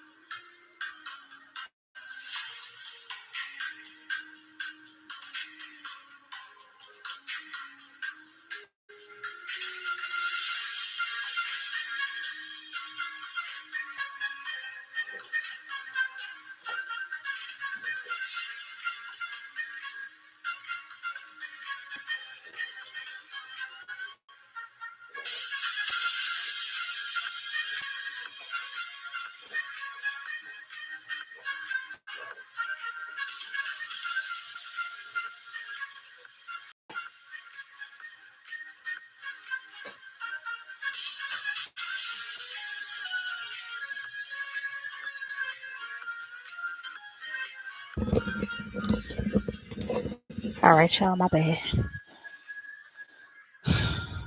Hopefully that music wasn't too loud and aggravating. But I had to go. I'm back. Okay.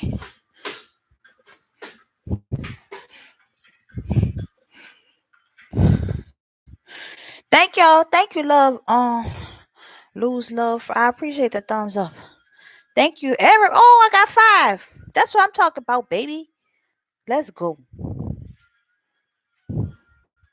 Y'all, I get excited over the littlest things. Yo, let me tell y'all, before I start Love Lost reading, yo, let me just say this.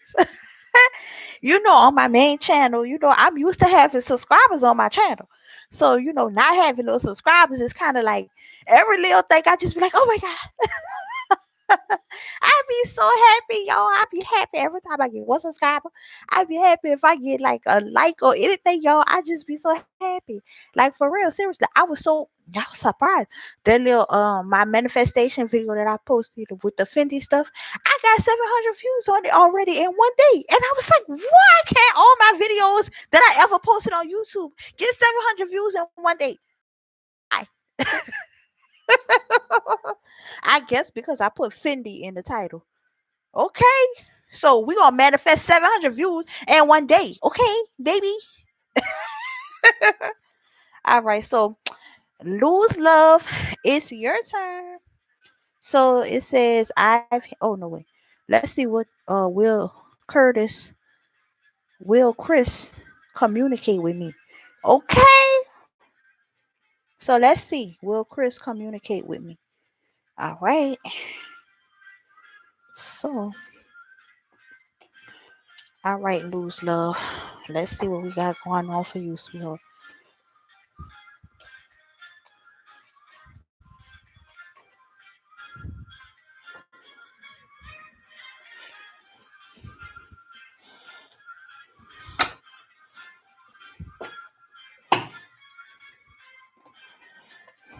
Oh wait.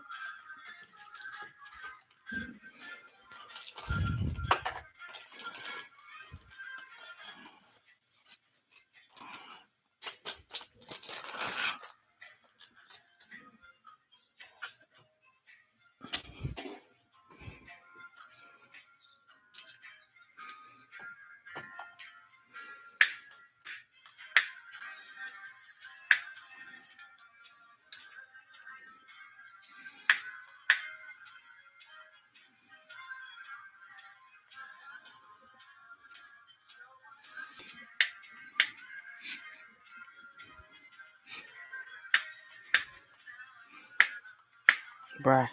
That's about to make me mad.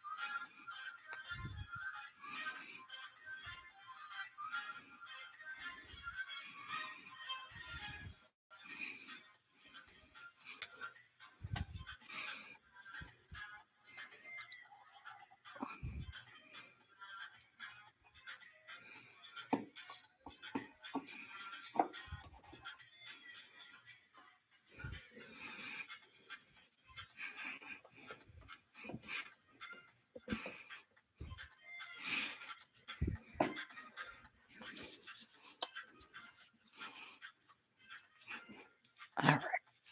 Let's go.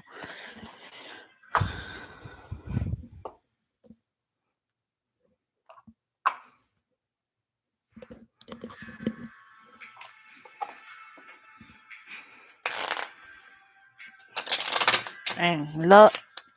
I'ma just call you love, cause I lose. Or could I call you? Want me to call you Lou? Or you want me to call you Love? Cause I'm either call you Lou or Love. Cause Lou's Love is too tongue tying for me. And I've been called you something crazy.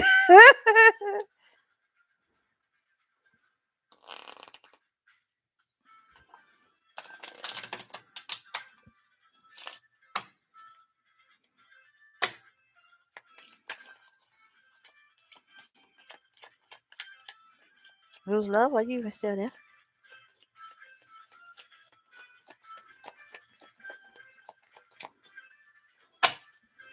I'ma just call you Lulu. Cause you're not responding to me. Or whatever you feel. Okay. All right, Lulu. So Lulu, we trying to find out about Chris and what Chris got going on with Lulu.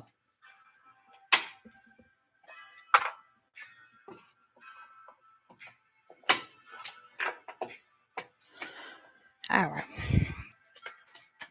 So for you, Lulu, we got Psalms 138, 1 and 3. It says, with all my heart I praise you. Lord, I praise you for your love and your faithfulness. When I asked for your help, you answered my prayer and gave me courage. And then we got Psalms 139, 15 and 16. It says, nothing about me is hidden from you. I was secretly woven together by the earth below, but with your own eyes, you saw my body being formed. Even before I was born, you had written in your book everything I would do. Okay. Okay, perfect. And we want to see if Chris is going to communicate with Lulu. So let's see what we get. I think I'ma just let the cards fall as they lie as in regards to this one. Um, so let's see what we get. Will Chris communicate with Lulu?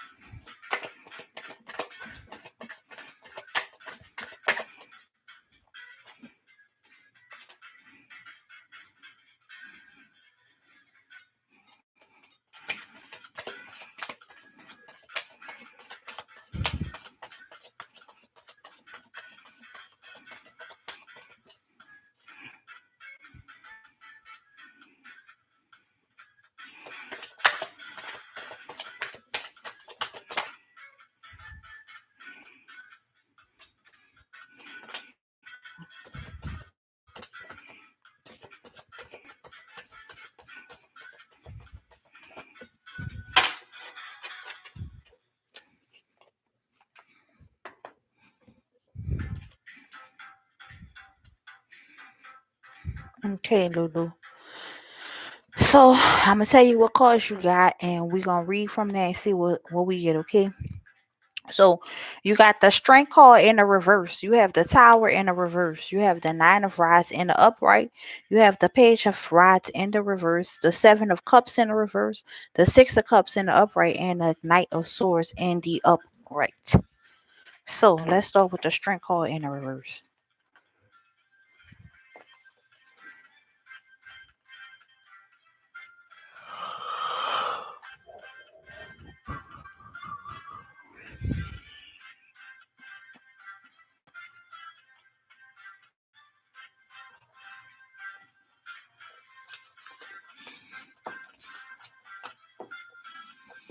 Okay, so it says a weakening of strength is indicated here.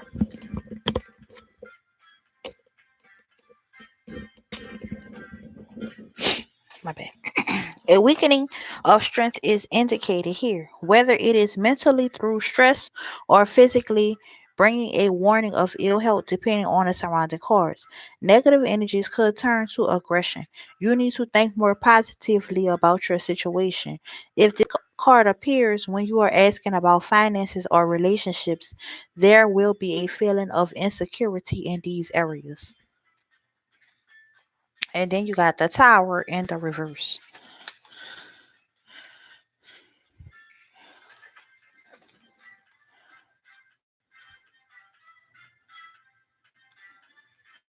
It says you are now aware of what isn't working out in your life, having already experienced upset or discord.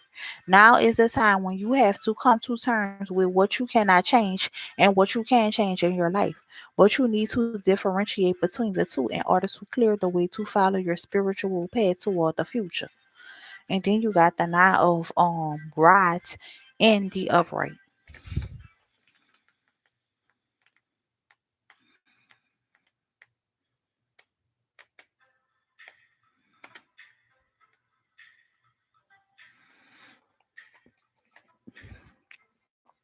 It says this card indicates that you may be feeling as though you stand alone against the world. The message is patience, for it is better to bid your time and remain calm than to fly off the handle and risk losing out. Although you may be feeling stuck, the indications are that you should just wait it out. If in doubt, do nothing. Consider the direction provided by the surrounding cause to determine exactly what makes you feel so insecure. This is this okay, well, let me just continue. You are feeling ostracized um and somewhat rejected in your personal life. Okay. And so then you have the page of rods in a reverse.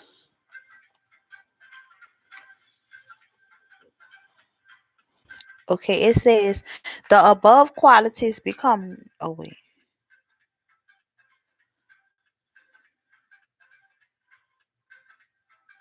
Well, let's just see. It says the above qualities become negative if this card appears reversed. Here we find a person who is too opinionated and headstrong for their own good. A need for instant results may make this person obnoxious to live, or work with. It could be an indication of bad news. Well, that does seem like that's what's going on. That somebody's being very anxious and they keep saying, "Be patient, don't rush, just go with the flow and let's see how things can work out." Okay, so then we have the seven of cups in the reverse.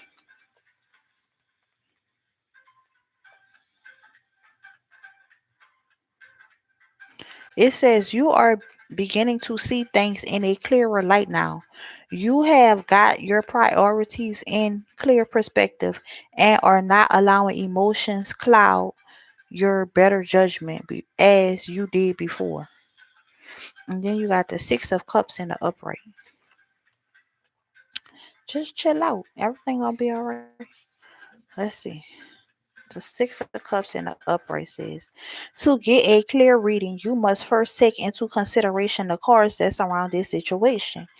If your query is in connection with family members, it may be indicated that children play a big part in your life and your decision at present. On the other hand, if you are asking about friends, then it is possible that an old friend from the past may be in touch. This could lead to a reunion, especially if the Ten of Cups is nearby. And then you got the Knight of Swords in the upright.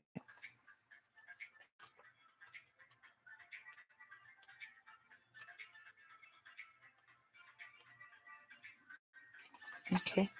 It says, when this card appears in a spread, it may be representing either you or a person who influences your life. The Knight of Swords is a medium to dark haired man with green eyes or blue eyes. He possesses strong ideas and a sharp mind. At his best, he is a real charmer.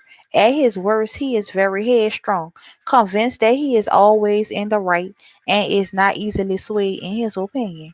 Intellectually speaking, this card encourages self assertion. Do not be frightened to speak out.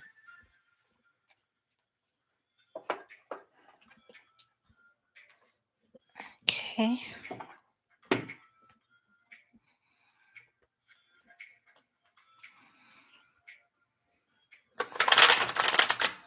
Will Chris try to get in communication with?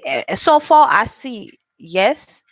But especially with the Six of Cups, because obviously they said that a person is going to be trying to get in communication with you.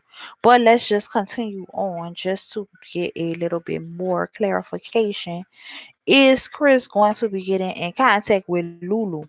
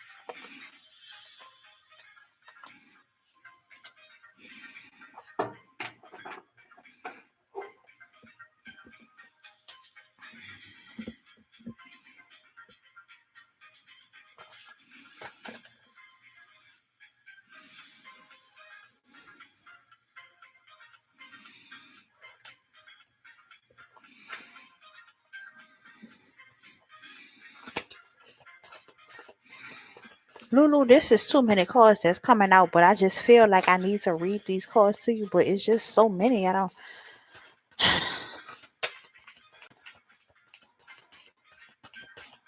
don't like to pull that many that fall out, but it's just I feel like I just need to read these cards to you, and I don't know.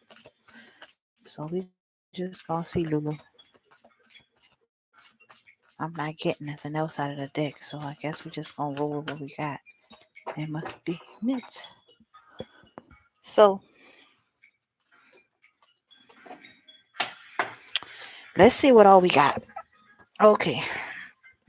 We have the Seven of Pentacles. It says seeds well planted, efforts for investments that will be rewarded in the future. The need for patience. They keep telling you to be patient, Lulu. Oh, somebody need to be being patient. I'm pretty sure that you are the one that needs to be being patient. It says a time for resting and planning for the future. Unnecessary worry.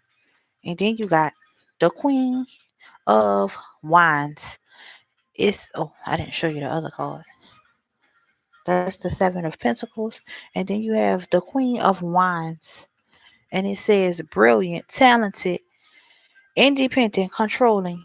There is nothing you can't do. Believe in yourself. Never underestimate your ability to make your dreams come true. The need for balance between career and personal life.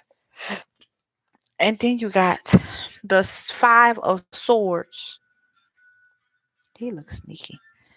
This card just every time I see it, that man on there just make me look at him like I just I know that's not nice. But no, the five of swords. It says an unwise choice. There's a better way that will make you happier. Avoid people who lack integrity and who have questionable motives. And then you have the two of cups in the the two of cups. It says falling in love or the resurgence of a romantic relationship, forgiveness and the ending of challenges, exchanging gifts. Don't give up on the people you love. And then you have, I don't know if I showed you, this is the two of cups. And then you have the knight of swords. And it says um these decisive, focused, driven, and defensive. Events that move with great speed. Choose intellectual responses to challenges rather than emotional, sudden or unexpected changes. Review your options carefully. And then you have the two of swords, and it says being unable or unwilling to make a decision. Follow your own heart rather than trying to make others happy, pretending there is no problem, overanalyzing a situation. And then lastly, you have renewal. And it says, reviewing the past with compassion and forgiveness. Time to head in a new direction. Clarity on your life purpose. In your heart, you know what to do. So I'm not sure if any of those cards mean anything to you, but I feel like he gonna be getting in communication with you, and the cards is just saying that you need to be patient and you need to forgive Chris. I'm not sure if Chris ever did anything to you or if you did anything to him, but they're saying that somebody needs to be forgiven and that the other person need to show compassion person, and that you just need to have patience and work out. And um so I would say, yeah, he gonna get in contact or he's gonna be in communication with you, Lulu. So I hope that that was helpful to you. I hope that the cards meant, brought something to you, some type of peace, some type of clarity towards that situation. I'm not sure. I don't know your situation. I'm not trying to be in your business. You don't have to do all that. But so I just hope that that was helpful to you, sweetheart. So, lastly, let me get you a little card out of the deck, of course, and let's see what we get for Lulu.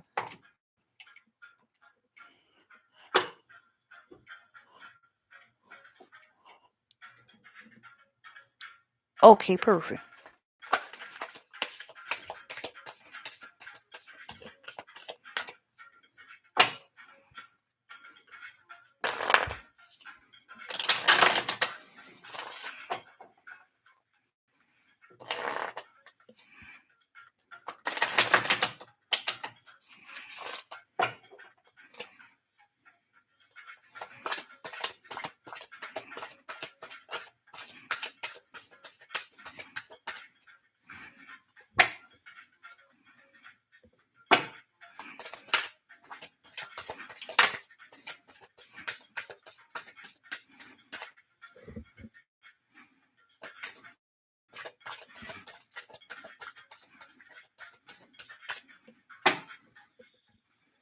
I'm gonna do one last shuffle, and I'm going to read the card at the bottom of the deck. All right, so let's see what we got for you, Lulu. Oh, you got the same card as Tosh, self love. I'll reread it, but I'm gonna pull you another card because I literally just pulled this card right before you. So I'll read the card that's at the top of the deck. Since it says self love, I openly embrace a feeling of self love, the PG kind. I love myself because I understand myself. I love myself as the most committed partner I will ever have. I show myself love any way that I can. And when I screw up, I remember to be sweet and gentle with myself. If not, I'm going to make myself sleep on the couch. Got it? Got that self? I love that little thing. That's so funny, y'all. How you gonna make yourself sleep on the couch? Well, you could make yourself sleep on the couch, but why would you want to make yourself sleep on the couch? That's so crazy. And so then you got wonder. That was at the top of the deck. It says, it's a wonder that things, wait, it's a wonderful thing to be in a state of wonder. And when I'm a good audience to my life becomes better and better theater. When something delightful happens, I can shout encore and be tickled when it happens again. When something maddening happens, I can laugh it off. Either way, I'm glad I got a ticket to the show. So even though you may have to wonder, it's okay because life is just like a show. And sometimes we just got to laugh at ourselves, you know?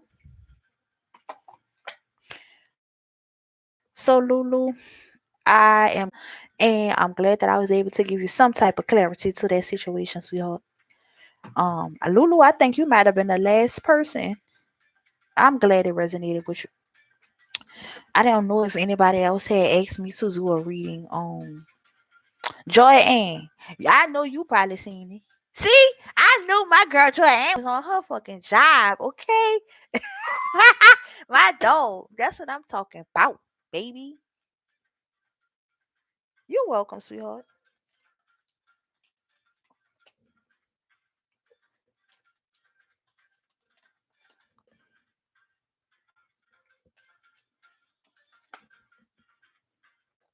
Okay, SNG. Oh, I'm sorry, SNU. If you are still here, can you please let me know if you would like me to do a general reading? Oh wait, here we go. I can see your thing right here. It says, "What is coming for my future in the first week of May?" Okay, let's see what we have going on for you, SNU.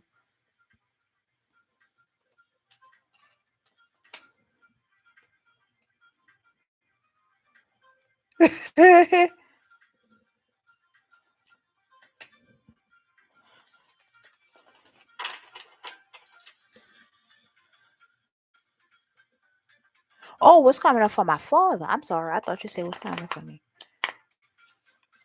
Okay, what's coming up for my father in the first week of May? Okay, we will see what it says. I hope it's something good.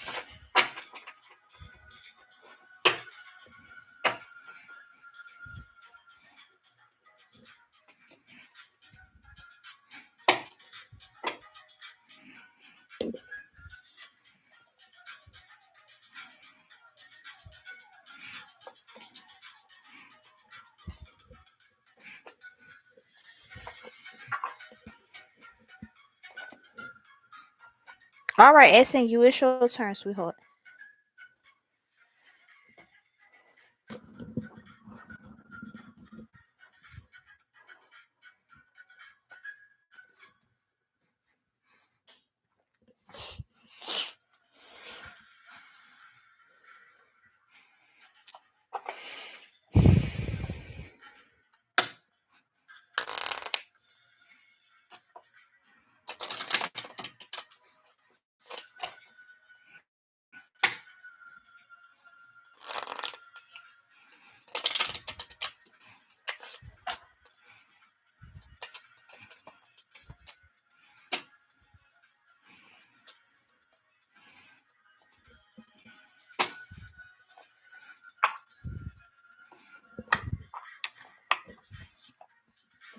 All right, so SNU, we have Psalms 139, verses 1 through 4.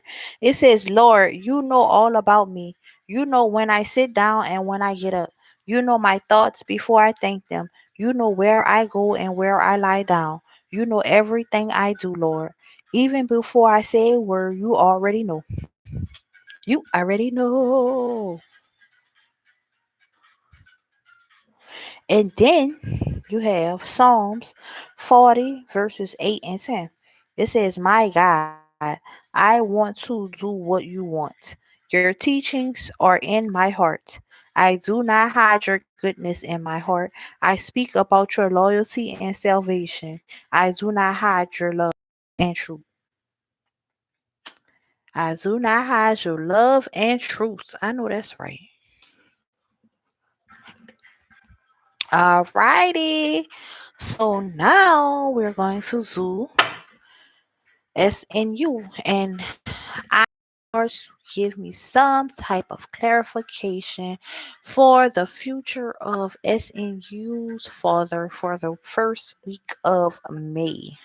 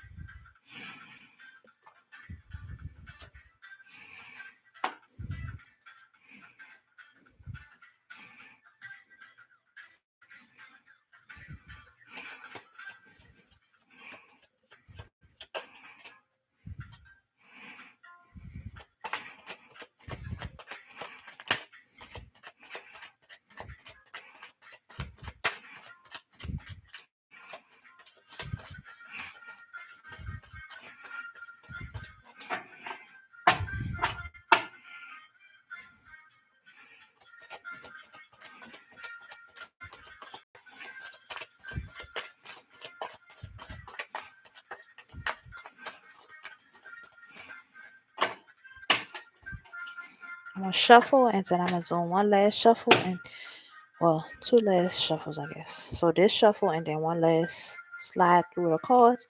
If anything's pop out, I'll read them. If not, we'll go from here.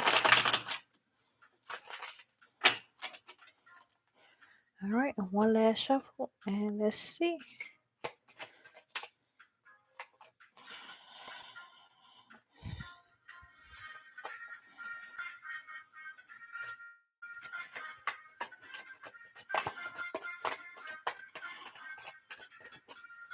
Oh, so let's see what we have. The first card that came out is the Page of Rising, the upright, and then we have the Hermit in the upright.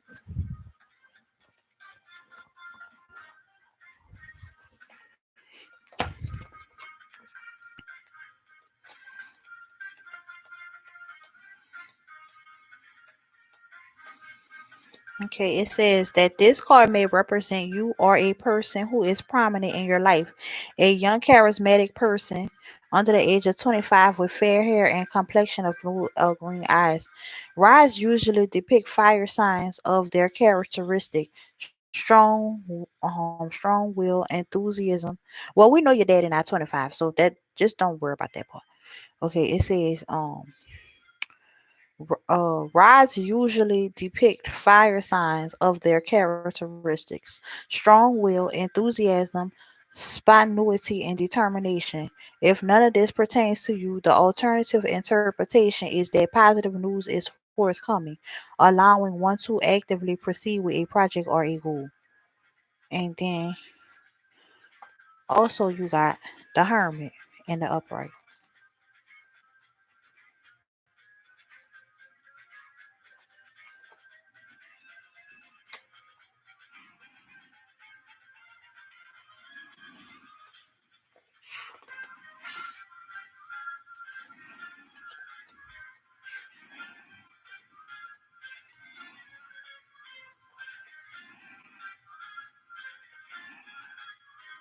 Okay, it says when the spiritually deterred unicorn comes to you via the Hermit card, it is an indication of a time of reflection. This may come as a period of study and learning in order to better yourself to improve your quality of life. You should meditate or perhaps enroll in an educational course or seek advice and direction from a learned source. Excuse me, I don't know why I'm being so tongue tied.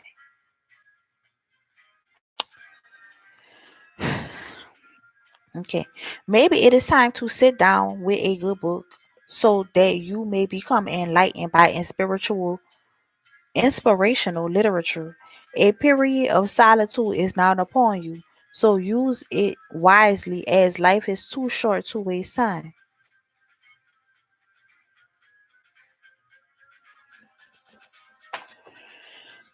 Okay. So it says good news and it's saying that he needs to meditate on he needs to meditate. Like right now, he got a time where he just chilling. I guess I don't know.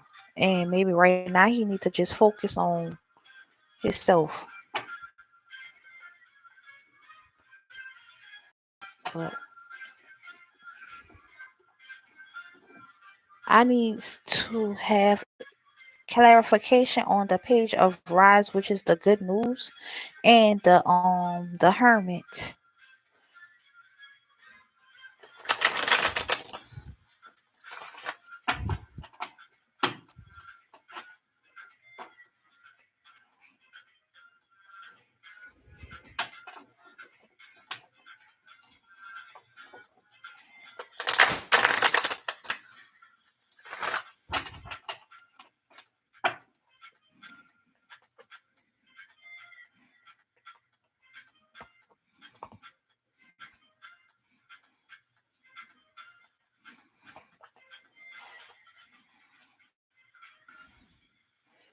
And it's saying that maybe it's saying that he need to get advice from somebody. Maybe that's what the Hermit is saying. And whatever that advice is, that can lead him to having whatever this good news is that's coming towards him. But he definitely has some good news coming towards him. I don't know what it is yet. But we about to clarify and see if we can get some type of something.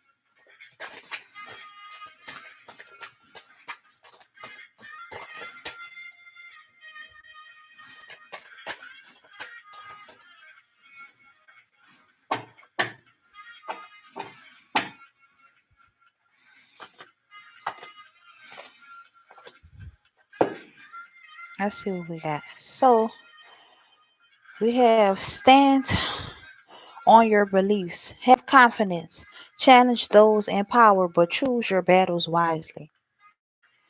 And then he have financial security for yourself and your family, inheritance or retirement, peace and contentment in life, honoring family traditions, pride in the family tree, passing on knowledge. So maybe either he gonna get some type of job or maybe he retiring from his job. I'm not sure, but it's saying that he gonna definitely get some money because this got money, money, money, money. But whatever it is, he got to stand up for himself. And maybe that, whatever the reason that he need to stand up for himself, maybe that's the reason why he need to seek wise counsel. But let's see. So it says, do what you love. Recognition for the highest quality of work, especially creative endeavors. Being paid well for your craft. Working well with others. An excellent reputation. And then he got the Ace of Wands, and it says an amazing opportunity. Be bold, courageous, and optimistic. Now is the time to take action. Do what you're passionate about. So whatever it is that he passionate about, that is something good, and he gonna do good. All this is all good. Everything all good. So something gonna happen good for him. He gonna get some money. He gonna do what he love. He got they everything is just saying do what you love, just believe in yourself. Whatever it is that he trying to do, he gonna do good. So he got some kind of success coming towards him, baby. That's all I see is success over here. But I hope that that was helpful to you. That's in you. So let me pull you a card for your daddy and see what your daddy get.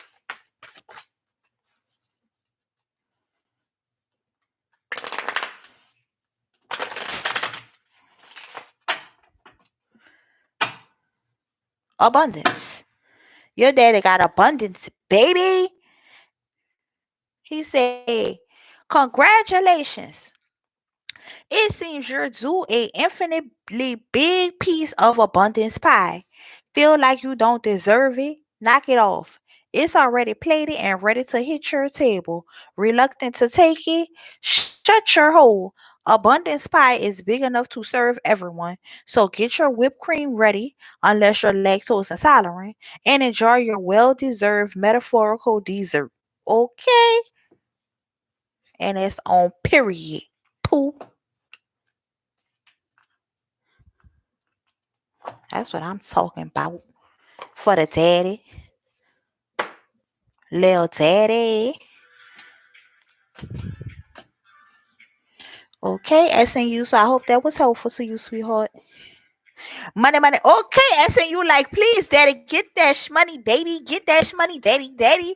And look out for my friend SNU. Okay, okay.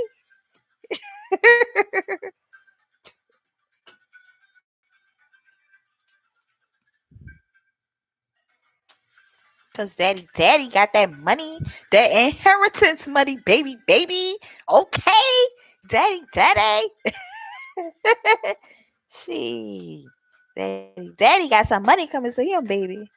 Okay. Okay. If my girl called me first. Okay. How? That's what I ain't talking about. Hey, Leith Patterson. Leith Patterson, I was supposed to do you a reading yesterday and you wasn't in here, I think. I think, or did I do it? Did I do you one? I don't know because I remember your name and I think I remember calling your name, but I think you wasn't in here. I think. I don't know.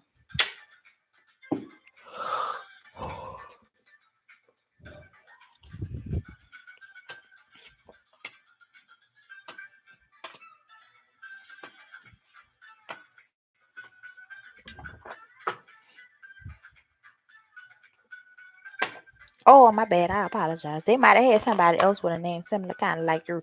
Because I remember Leaf. I remember that name. Because I remember the name because I said Leaf. That remind me of Keith. And that's how I was. And I wouldn't forget a Leaf. because I don't see many leaves. But nevertheless, I don't know. It might have been somebody. They might have had somebody else with your kind of same name. Oh, okay, that makes sense.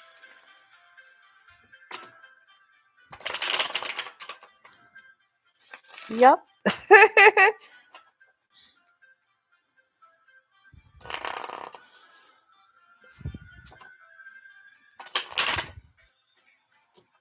Well, at least I thought I was remembering you, child. I thought I did something good. I was like, oh, I was confident in myself.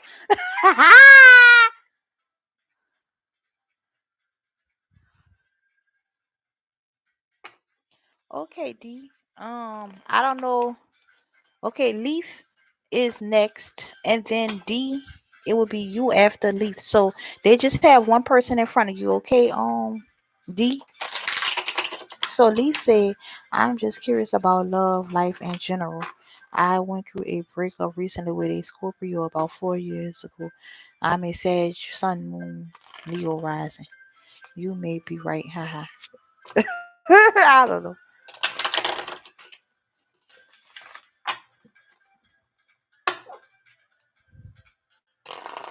All right, Leaf, I got you, baby. So we gonna find out a general about love life.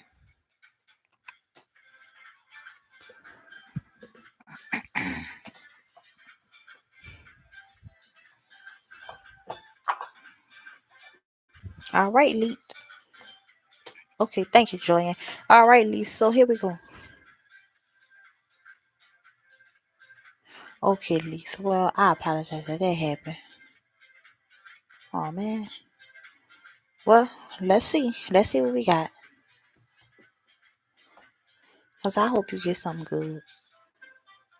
If it ain't that love, it might be a new one. But you just never know. So let's see what we gonna get going on over here for Malik.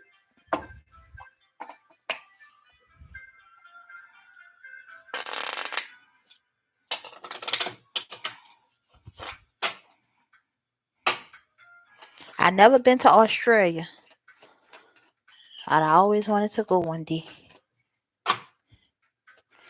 I never even been out. Well, I have been outside the United States because in last 2019, I went to Mexico.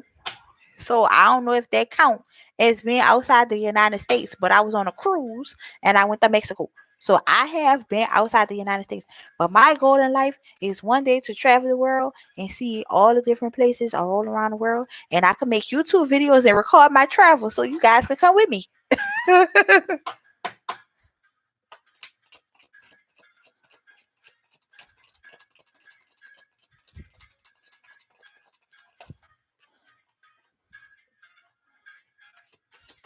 And I started my traveling first. The first place that I went, well, like when I really started like doing my traveling, I went to California.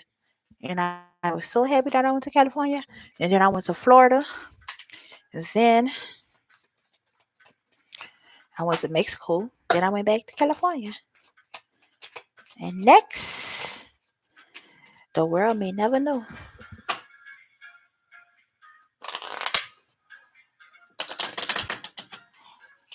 All right, Leaf. It's your turn, baby.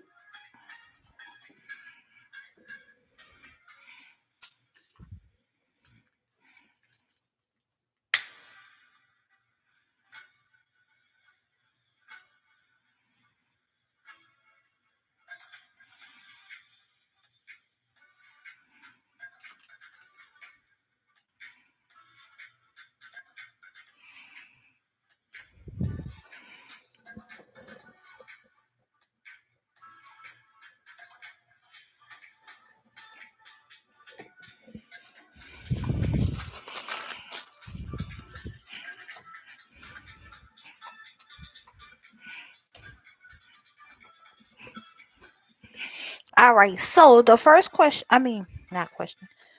The first card that I have says our Makai 7, 18, and 19. It says our God, no one is like you. You freely forgive our sin and guilt. You don't say you don't stay angry forever. You're glad to have pity and pleased to be merciful.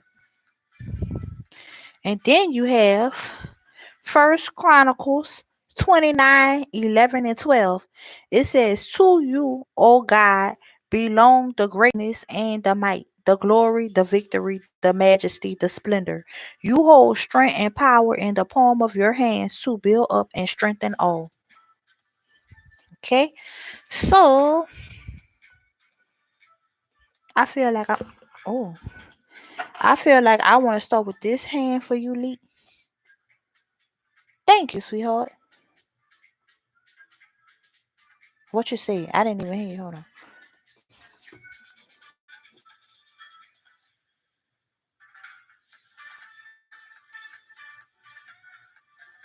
Oh, you good? No, your question is fine. That was perfect.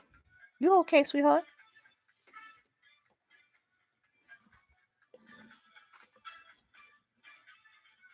Yep, you good. So I want to start with this one for you, Lee.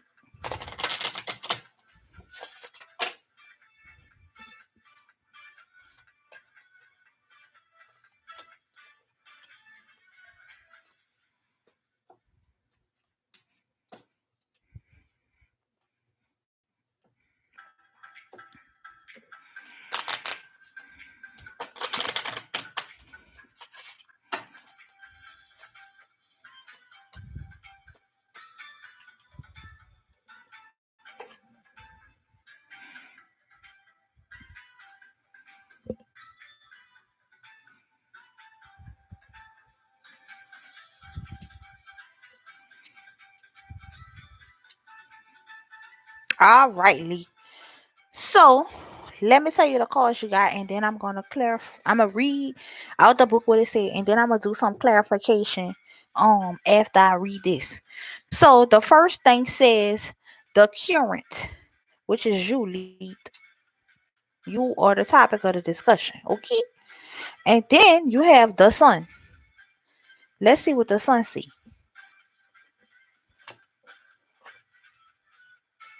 Number 31. And we're trying to see if Lee, we're trying to find out about your love life, Lee, and what Lee got in the future for that love life. Happiness, success, achievement, a positive outcome. All right. And so then we have the writer, number 1. It says unexpected news, a message or visitor. The writer is bringing you something. And then you have the book, number 26.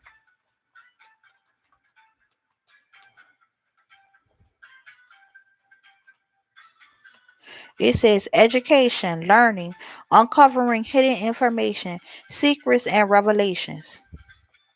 And then you have number 34, the fish.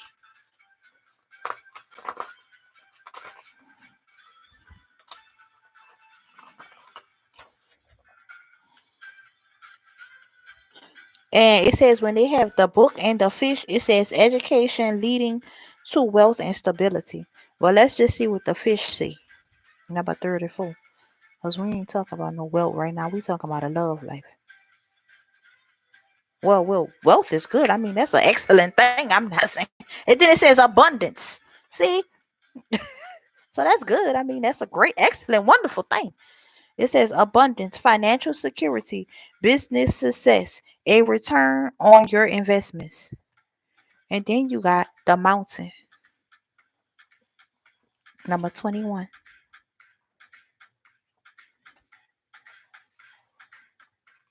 It says a long uphill climb, an obstacle, diversion, or stumbling block to overcome. And then you have the star, which is number 16. It says hope, guidance, wish fulfillment, and a dream coming true. So let's get some clarification on this.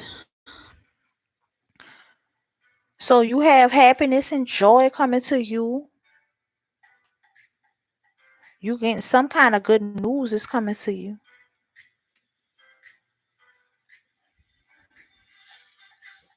I don't know what this book. I mean, education. It's saying something is being revealed to you. Um, and whatever it is, it's gonna be. You're gonna get a lot of it, and it might be love. Maybe love is gonna be revealed to you, and you getting an abundance of love. You getting a lot of love. Somebody about to give you a lot of love. Now I don't know if it's the person that you want, but it's the person that you need, and that may be the obstacle that you need to overcome. It might not be exactly what you want, but it is what you need. For whatever reason, I felt like saying that to you. And then the star is just saying that your wish will come true. You know, like when you wish on a star. But let's continue on. So,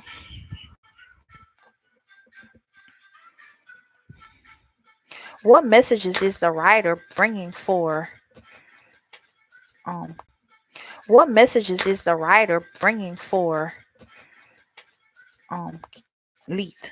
And what obstacle is the mountain representing?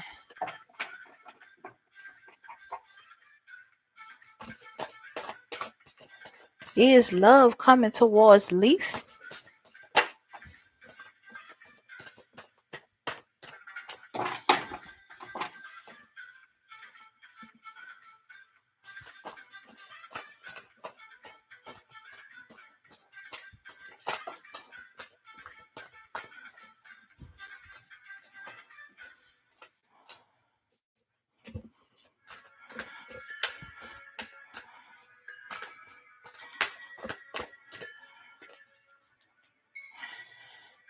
Oh, somebody over here looking sad and depressed now. I don't know what this is looking like now. I don't like that. Come on now. We need some love over here. Uh-uh. I don't want to see another depressing card come off this thing. And I mean it.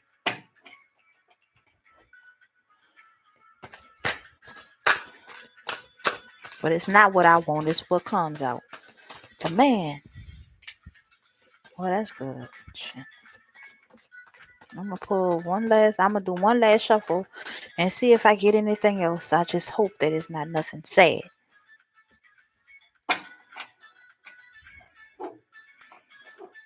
My God. Make me about to cry at least.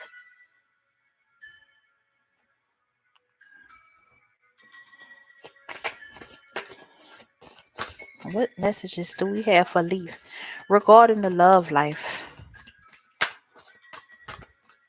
Is there any more messages for Leaf? I don't have anything else. Okay, Leaf. So let's see what we got going on here. Because this may be positive. Let's see. All right. So the first thing we got is the Five of Pentacles. And it says negative thoughts manifesting into real challenges. Fear surrounding money. Reach out to others for assistance. This is a poor timing for being self employed. And then we got the King of Swords. And it says intelligent, impartial, respectful, and stoic. Receiving wise advice. Remain objective and fair minded. Public speaking, communicate clearly, unemotional relationships, or being unemotionally available. And then you got the Four of Cups. It says failing to recognize a magical opportunity, missing the point, the distractions of daily life, discontentment or boredom, lost in your own world. Wake up. I feel like it's saying that you is need to let go of this thing in the past and that you need to wake up and smell the roses. They got many fish in the sea. Abundance. An abundance of men in the sea. You don't have to sit over there and be sad and depressed and all this sadness and what you believe, that's what you're gonna achieve. And if you sit over there believing that you're sad and depressed, and that's what you're gonna have, sadness and depression. And all this is making me sad, Lee. But here we go. The last card is positive. Thank God. It's the Six of Wands. It says victory. Wise choices that bring public recognition and success, promotion, awards, and scholarships. But I want to give me another card for Leap because I feel like I want Leap to know for sure. Unfounded fear. Expecting the worst, thus creating self-fulfilling prophecies, allowing worries to grow out of proportion to the situation. Sleepless nights. Refocus your thoughts. See, Leaf? You don't need to be no depression. But I want some good cards for my Leaf. Oh my goodness. Well, Leaf, let's see what came out of that. I hope this is something good for Leaf, please. Leaf, I don't know what you got, but something came out for you, baby.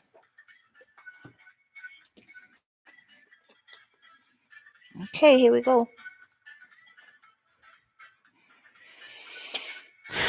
Okay, so it says, do what you love. Recognitions for the highest quality of work, especially creative endeavors. Being paid well for your craft, working well with others, and excellent reputation.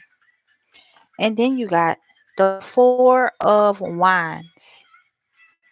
It says, so much to celebrate. Send gratitude to the divine and the angels for the peace and prosperity coming to you. Peace and commitment in your personal life.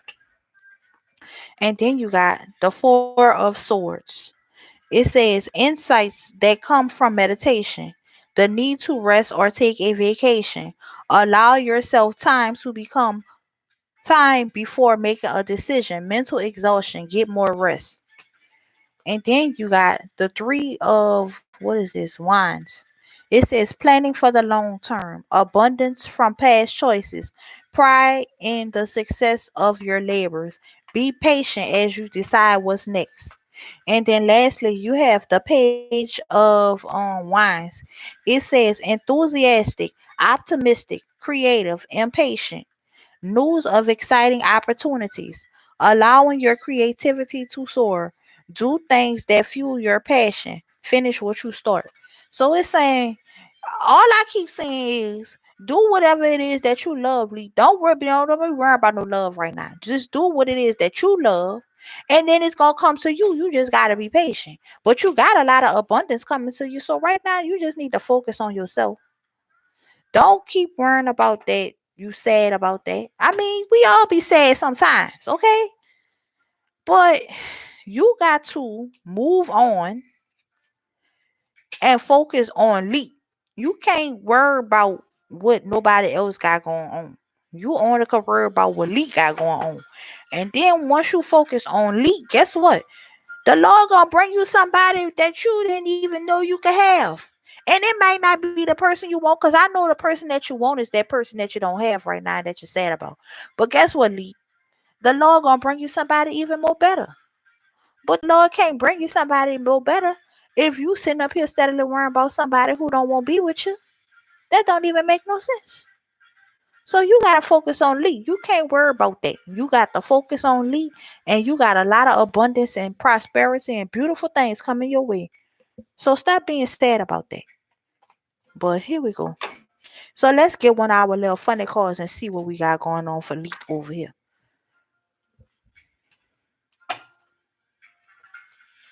Cause I believe in you, Lee. I don't know you, Lee, but I believe in you.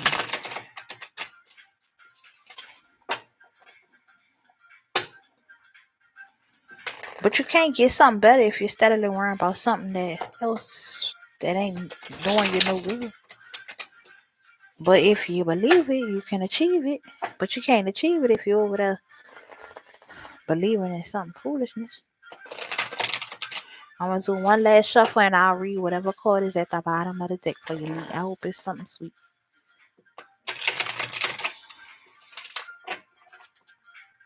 Beauty. See? Oh, Lee. Come on, sweetheart.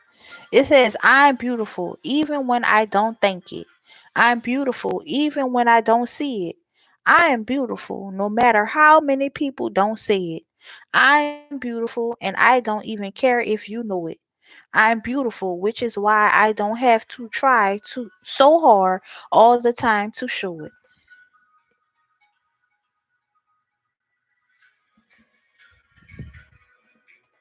See, Lee, you're beautiful, sweetheart. You can have anything in this world if you put your mind to it. If you believe it, you could achieve it, and guess what? You could find you somebody who love you. You ain't gotta worry about somebody who You want somebody who love you, not somebody who you love and ain't loving you back. Cause then that's miserable. Trust me, I know.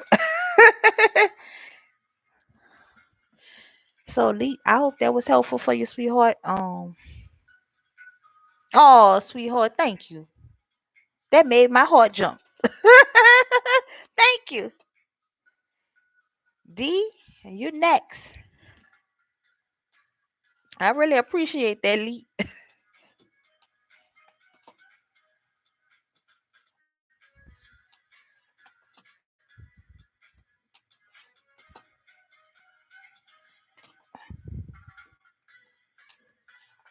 D, I'm not sure if you already wrote your question. If it's not too long, you can rewrite it. But if it's too long, just tell me and I'll go scroll back up to the top of the thing and look at it.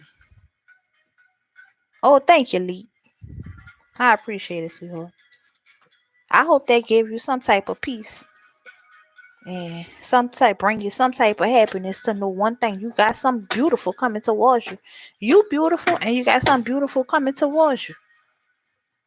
You just gotta let go of that past situation and move on up.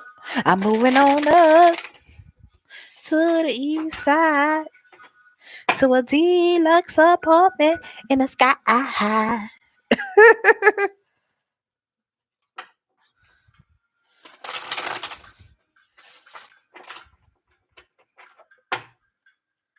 Okay, D, you still here? If D not here, I don't know if anybody else wanted to go. Oh, there you go. Okay, D. D says, should I wish Sadat happy birthday to D? Oh, how will he feel? No contact. Okay. Now I'm probably saying his name wrong, so I'm gonna say Sadat.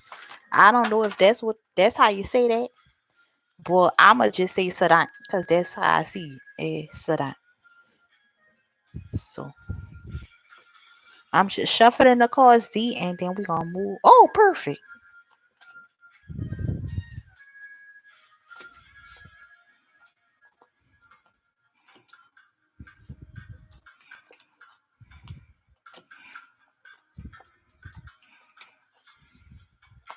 I said it right, y'all.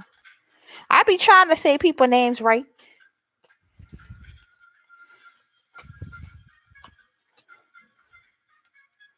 Oh, thanks, Joyanne. Is your name Joy Ann or Joy Anna?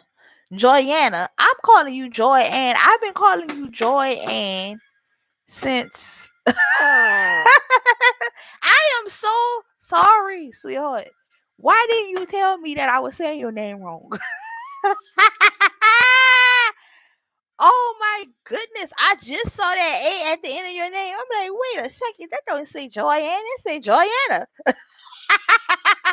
I am so sorry. And I just been calling you Joy Ann this whole time and you haven't even told me nothing. But that's okay. You know I didn't mean no harm. I really didn't see that A at the end of your name. And I apologize, sweetheart. Oh my goodness. How good of a friend you been to me? How dare I say your name wrong? What's wrong with me? Uh-uh. You know it's all love over here. You know I did not, and I probably gonna still keep calling you Joy Ann. And I apologize, but that's gonna be your nickname for me, Joy Ann, because that's what I've been calling you. And in my mind, your name is Joy Ann. So I apologize, and I know that's not your name. Now I know that's not your name, but before I didn't. I really did think you. I'm so sorry, sweetheart. Oh my goodness. Girl, what in the world is wrong with me? Okay, perfect. Okay. All right, so D, we about to get on to your turn, okay?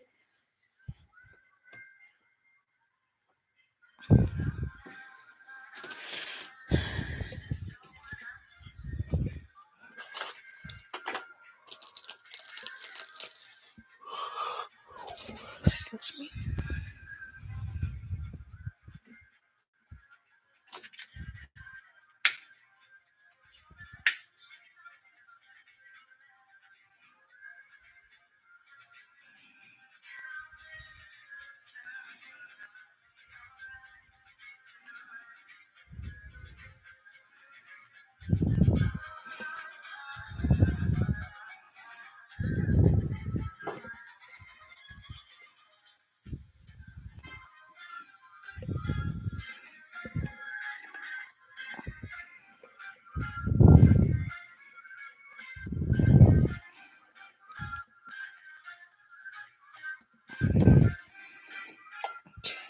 So, I'm about to now. I'm calling everybody Joyanne.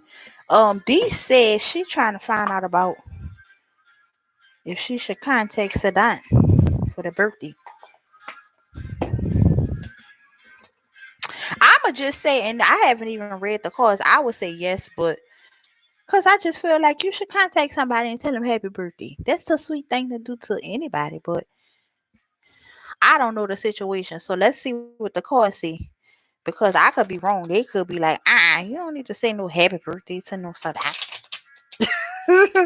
So let's just see.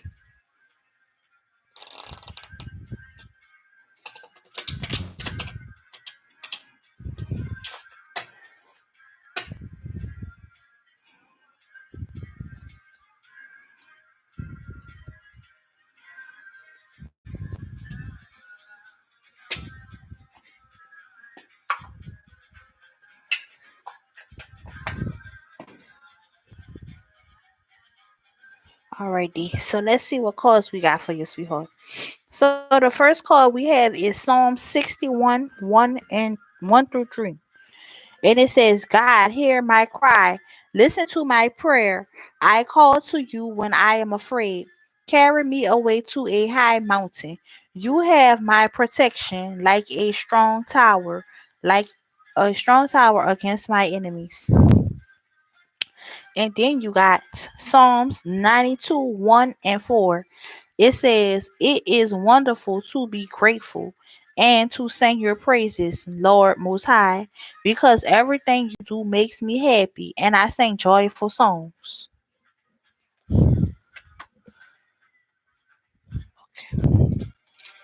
So D wants to know, should they say happy birthday to Sadat?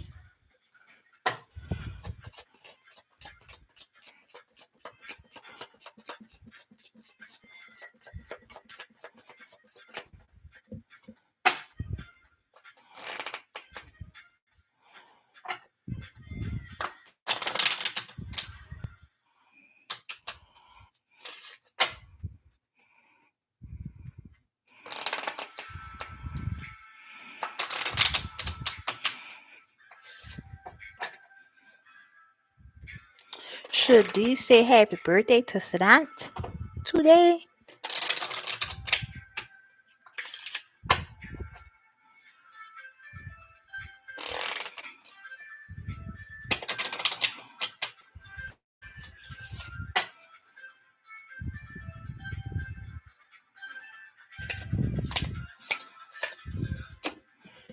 So we have the heart. We have the lily, which means a small gift. We have the garden, which means a safe. No, I don't know what the garden mean. I have to go back. And we have the child. So this looks like it's a yes, but let's just see what the cause is talking about for you, D. But it says a small gift, and it's a birthday, so you give them a gift, and a small gift would be saying happy birthday. But I'm just saying, let's read what the book say, because I want to make sure that I'm telling you the right thing.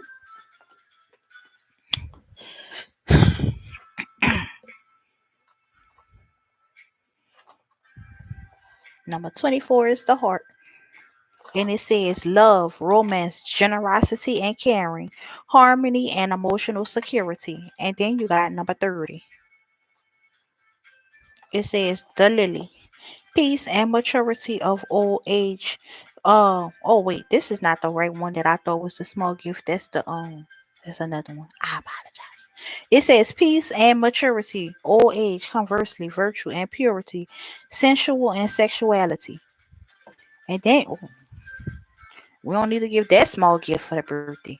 Just a happy birthday would suffice. Then we have number 20, the garden.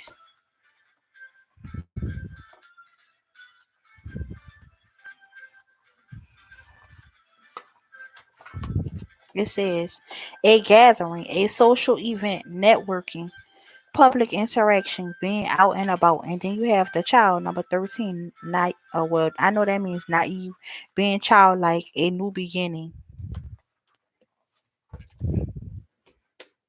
Okay, so let's clarify this.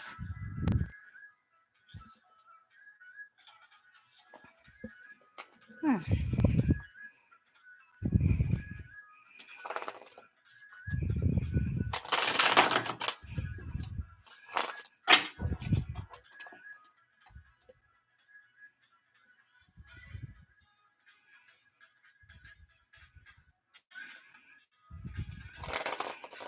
I don't know if y'all supposed to be seeing each other, or do you know if, well, you don't have to answer that because I'm not even looking at the screen, so don't worry about it.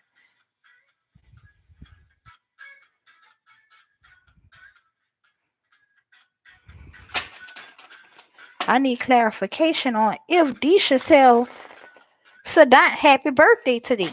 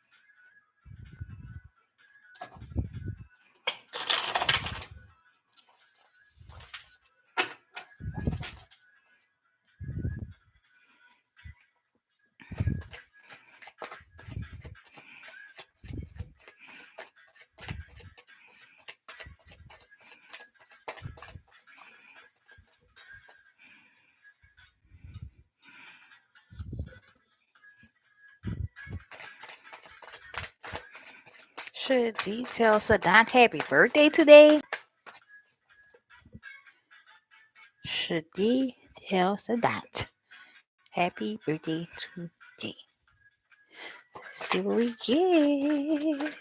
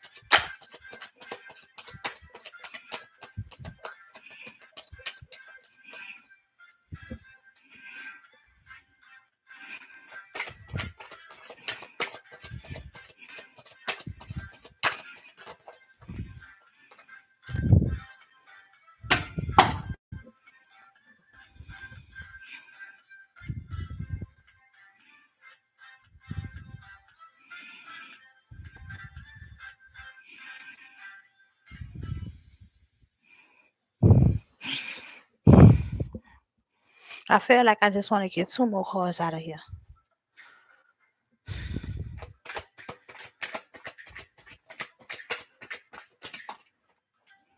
Oh God, 4 cards fell out. Okay.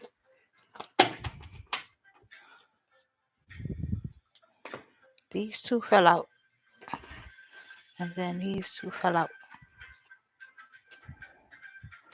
So let's see what we got.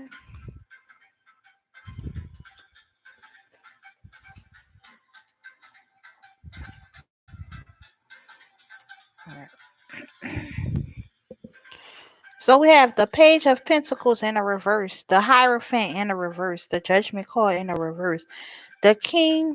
No, we have the Hierophant in the upright, the Judgment card in the reverse, the Knight of Pentacles in the upright, the Sun in the upright, and then you have the Four of Swords in the reverse, in the upright, the Death card in the reverse.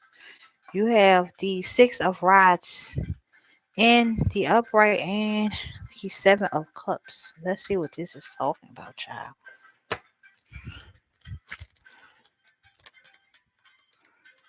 Oh goodness, I didn't realize it was gonna be all this just to tell somebody happy birthday. My God. The Page of Pentacles in the reverse. Let's see.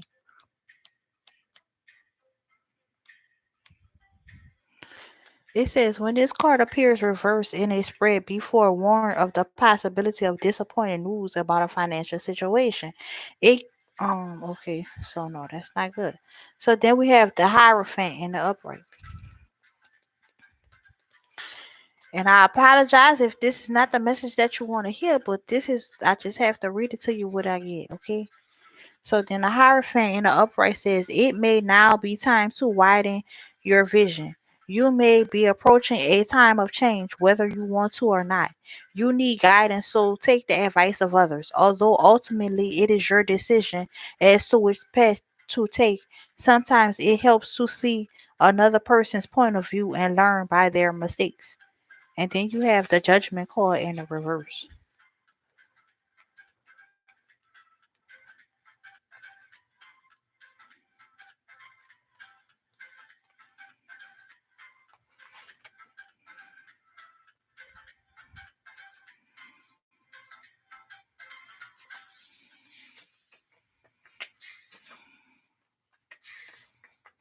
It says poor judgment is likely at this time. If you have a decision to make, you must be warned to proceed with great caution.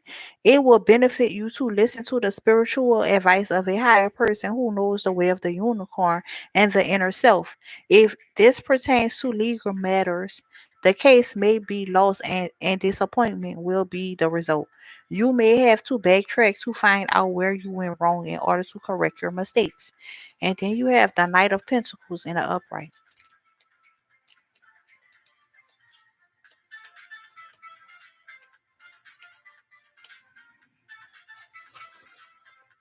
It says, linked to earth sign qualities, the knight is a genuine down to earth man between the ages of 25 and 35. He is medium to fair haired and light or dark eyes. This man is very security conscious, working very hard for everything he attains in life. If he does not represent you personally, this could be a good friend, business associate, or suitor. He may be offering something to you as proposals are indicated by this call. And then you have the sun in the upright.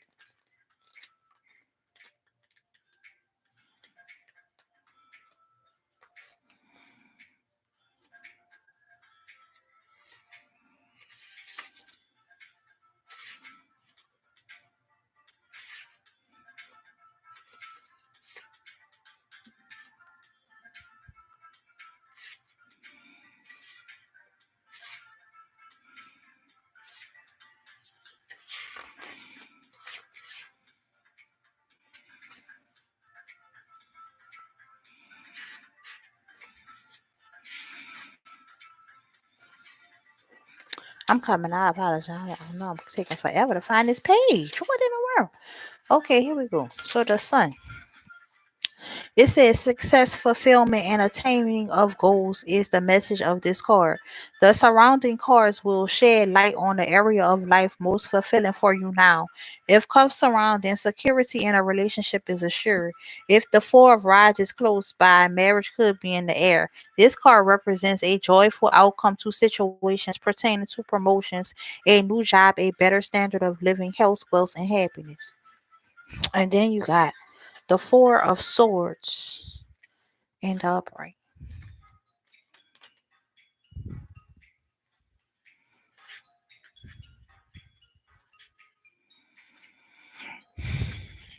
It says the Four of Swords pertains to reinforced rest.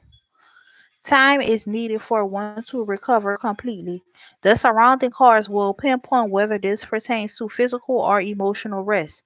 If the Eight of Swords or Tower card are prominent, the enforced rest may come in the form of hospitalization. If you tend to be rather headstrong and are inclined to be a workaholic, then the tarot is warning you that if you don't slow down or make better use of your time, your mind may say, I can't stop now, but your body will collapse. You will have only yourself to blame.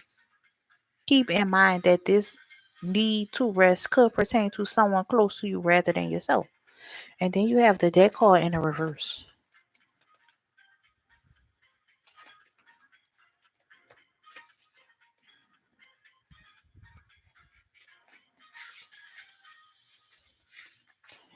It says you are in a situation that is gradually decaying. You must try to seriously consider what it is in your life that is not doing any good anymore. It could be a relationship growing stale or a negative work environment needing to be changed. You may be bottling a lot of grief and upset within yourself. Let go. Clear away the dead wood in your life in order to make way for progress. And then you have the Six of Rods and the upright.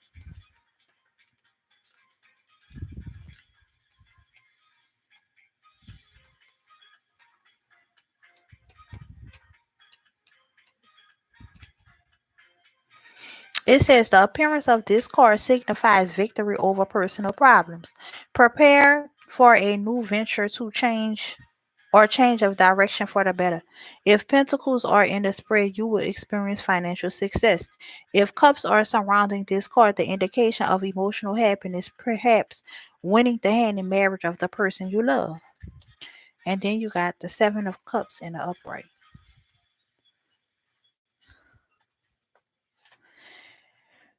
It says that this card pertains to hopes and fears. Whether you are positive or negative in thinking at the moment will depend on the cards around us. Well, it is possible that your thinking is confused and that you are not sure what is the best move to make. Where a big decision is concerned, you need to wait and see what happens in the future. Find a positive outlet such as drawing or writing for frustrated creativity. So it's saying no. It's saying you need to wait. So to me, it's just too many mixed messages. First it's a yes, then it's a no, then it's a yes, and then ultimately it said it's up to you what you decide if it's a yes or a no, but then they say that you need to wait. So that's a no.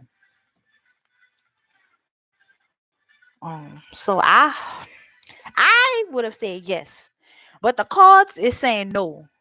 So you take it for what you want. Is that's what they pretty much telling you. You have to make this decision if you want to do this. Um. So I'm saying that it's a no from the cards. The cards is saying no. So you gotta make that choice. I'm gonna pull you one last card and then I gotta go to the bathroom again, y'all. Oh my god. Y'all, I drunk that tea and baby, they're not playing with me. Okay, it's ups and downs. It says, I see life as an incredible ride and I'm lucky to be on it. Yes, the ups and downs make me want to puke sometimes, but they're also what make things fun and interesting. And when you look back, even puking on yourself makes for a good story. So the call is saying no. I'm saying yes. I don't know what to tell you, really, to be honest with you. I've never been so baffled, and I can't believe this has to be like the easiest question that anybody could ever ask. So D, that was something. D, I don't know what y'all got going on over there, but baby, it's more to this than a happy birthday. But y'all, I got to come right back.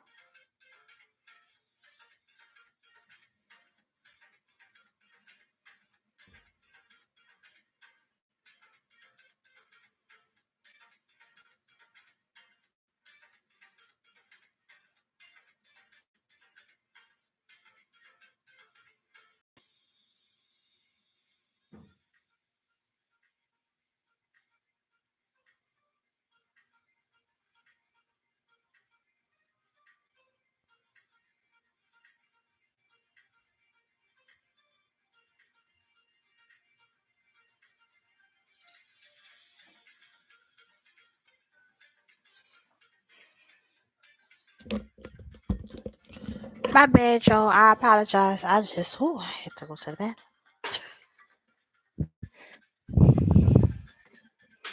D, I don't know if you still here, but I wanted to tell you something. If you still here, D probably gone. D like I got my card reading and I'm out of here. She done went to the bathroom.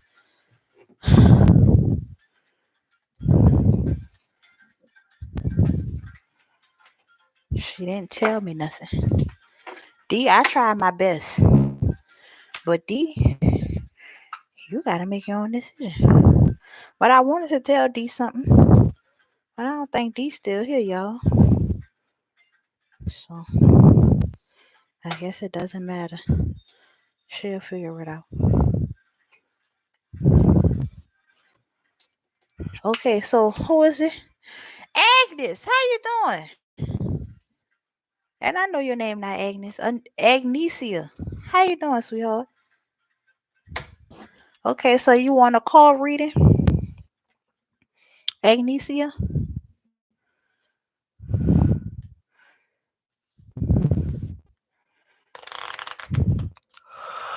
Are you still here, sweetheart? You probably be gone. Joanne, it's probably just me and you.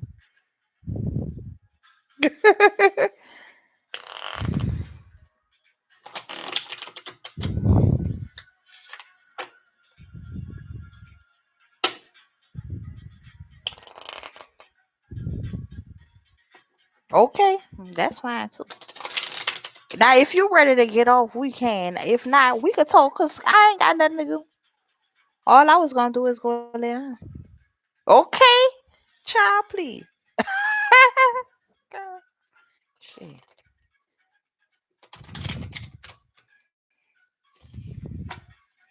Just let me know when you get tired, cause I could talk forever, child. I talk and talk and talk. So let's see, what can I talk about, girl? What you want to talk about? Let's talk about girl talk. Okay, so my husband, girl, he feel neglected, I think. But guess what? I feel like it's time for me to. My day was good. I slept most of the time. Well, I had a little situation. I was gonna bring it up for D so D could see, but D left. So I'm kind of dealing with a little situation, and I don't know if you think this is petty. And since ain't nobody else here, and I'm pretty sure ain't nobody gonna watch this on the replay, I can talk about it. So it's a person in my life, not my husband, but just a person. I'm gonna just say that because I don't want to put their business out there. So it's a person in my life, and I feel like they don't fuck with me. And I sent them a text message. Now, mind you, this person is a child, okay? They're 15 years old, but still, it's beyond the point, okay? I feel like I went above and beyond for this person, above and beyond. And when I say above and beyond, I like the finer things in life, okay? And I feel like I went above and beyond to prove to this person that I have love for them and they don't fuck with me, okay? And so when you hit me up, you only hit me up is to bring you somewhere. You don't hit me up, let's hang out, how you doing? Hey, cat, dog, bitch, hole, or nothing, okay? So I felt some type of way. Now I told this person how I felt about that because I feel like you don't fuck with me. And I feel like, okay, so let me go back.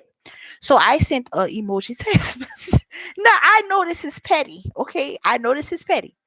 But I sent the person a emoji text message because like damn, like I'm the type of person like this. If I fuck with you, if we haven't talked in a long time or a few days or something like that, I'll send you like a heart emoji or hey, how you doing or something like that. Like if you like, something like a family member or like somebody who I really, really, really fuck with you. Like I really fuck with you. Like fuck with you. Like, cause I barely fuck with people. And excuse my cursing, cause I know that I be trying, trying to be more of a better person with my cursing. Cause my cursing is my biggest problem is cursing. So you have to excuse me, okay? But if I fuck with somebody, I feel like I fuck with you. Okay. So I feel like I fuck with this person. Like I feel like I have went above and beyond what I had to do as my role in this person's life. And I feel like you don't fuck with me. So I sent them a emoji, a heart emoji. Okay. So the person did not respond to the heart emoji. And then they hit me back with a response that was totally opposite of what I was talking about. Some more. Okay, so the response that I got back was, "My mama made it home." I sent you a heart emoji and you sent me back, "My mama made it home." So you never responded, and that was an hour after I had sent you the heart emoji. So to me, that means you don't fuck with me. So when I approached the person and I told them how I felt about that, the person said, "Well, I didn't know what that meant." You 15 years old. You telling me you didn't know what a heart emoji meant? Okay, that's what's down. So that means you ain't want to respond to my message. And oh, if my lips look chapped, I apologize. Oh my god. But that's how I feel. So I told this person how I felt. And the person said, "Well, I didn't know what that means."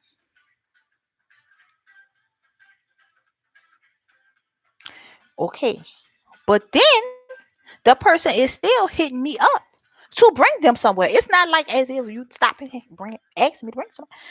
So it's like I can't not fuck with this person. Like I have to fuck with this person. So it's kind of like I fell back off the situation. Like I fell back. So right. So I wish I could really like explain it. I'm trying to like tiptoe around really what it is because I don't want to like you know. But I just feel like fuck that. So the person mama hit me up and they like, "Damn, you fell back off me, off us."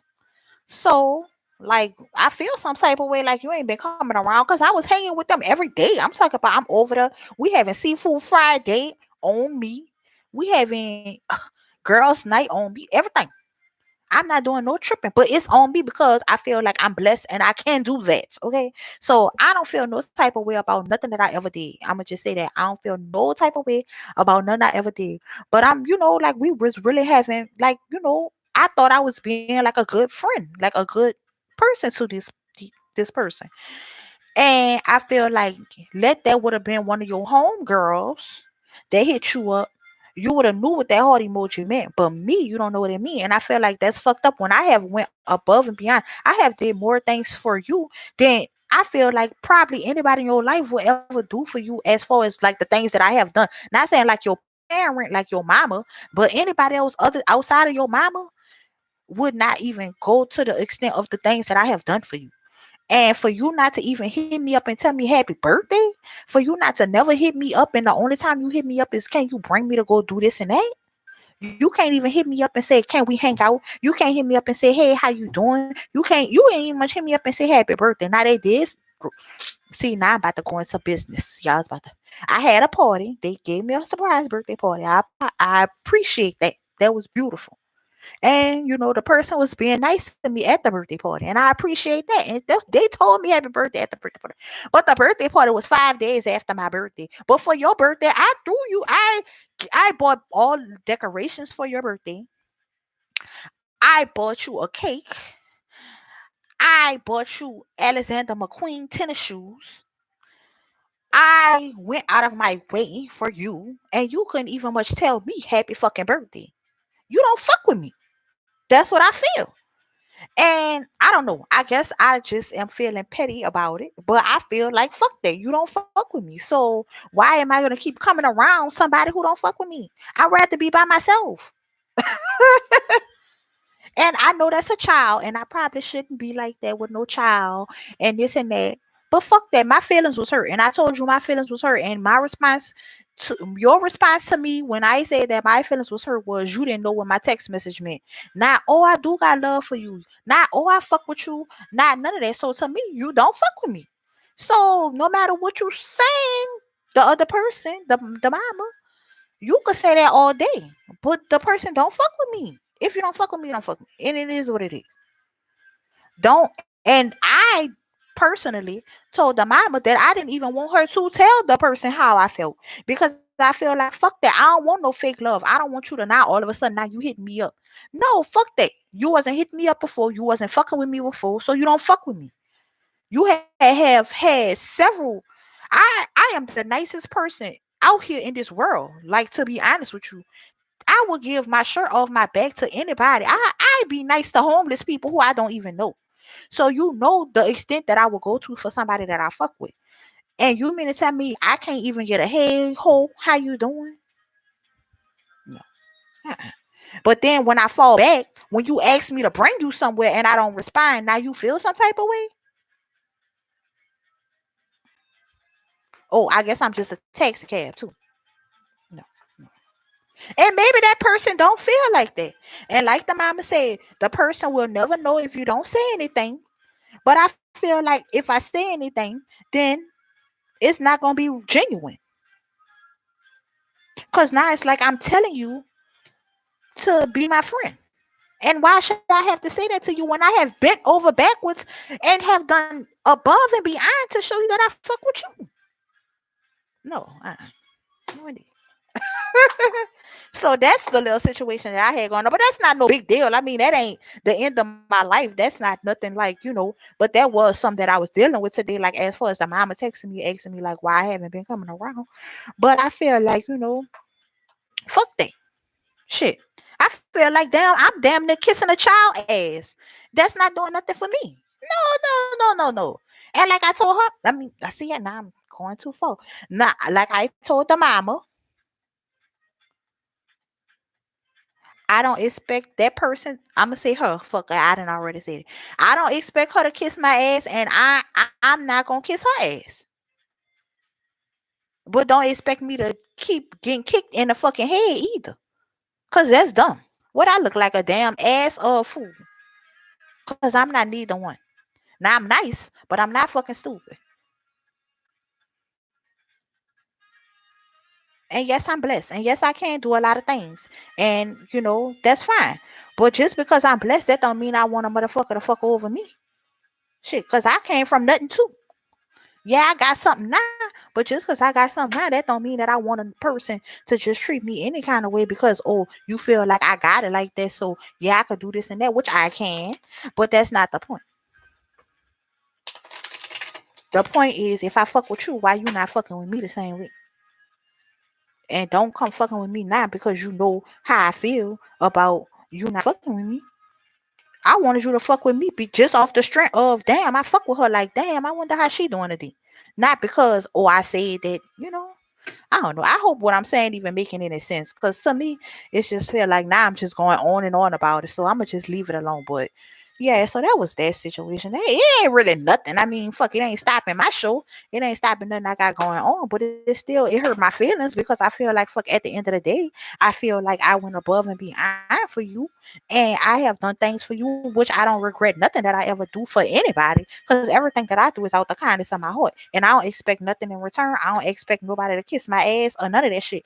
But I feel like at the end of the day, the shit that I have done for you, nobody else in your life will have ever done that. Not even your fucking Poe, who you love so very much. Hmm. And damn sure not none of your friends. But I ain't nothing but just that old hoe. I ain't nobody.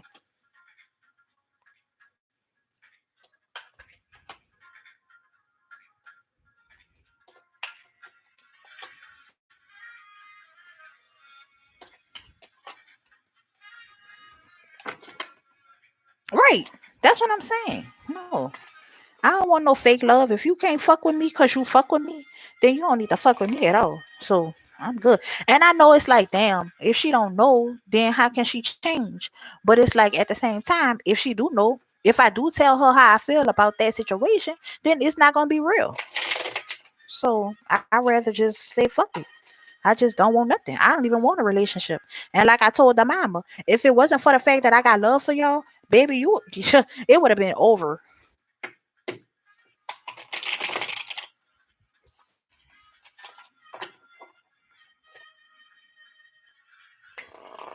But my feelings was hurt, as you could tell, cause how I'm talking about it. My feelings was hurt about it.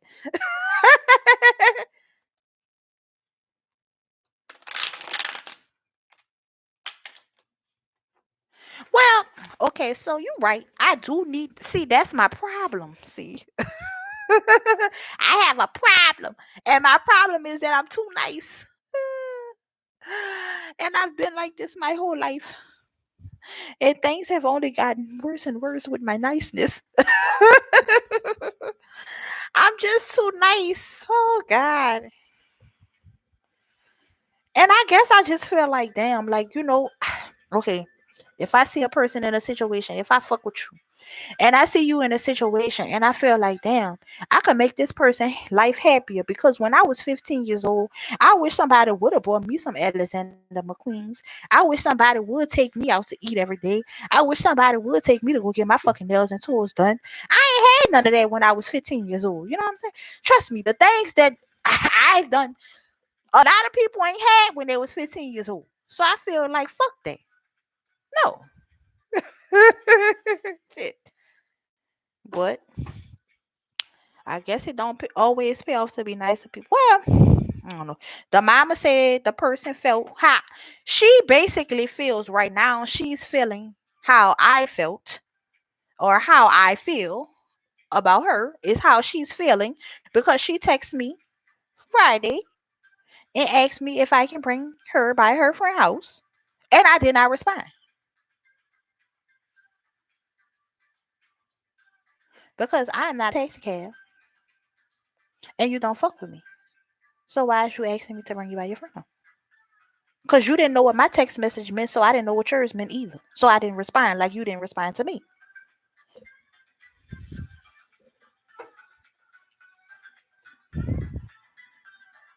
And that's the petty part.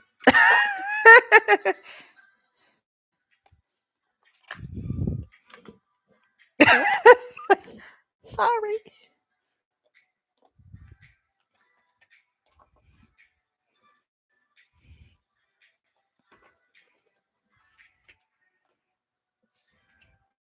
And I love the person. Okay? I do. I love her. But I could love you all day.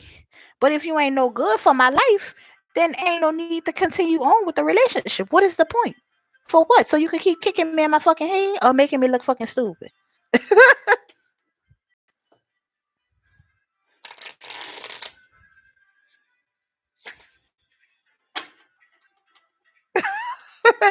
And I didn't need to boggle you down with that situation because I'm positive over here. I don't be with all that negativity. But I just had to get that off my chest because you know what? I'm tired of it. I'm tired of holding it in. And who better to talk to than my friend Joy who been having my back every day. Shoot. I had to get that off my chest. Shit. Fuck that. That's so stupid.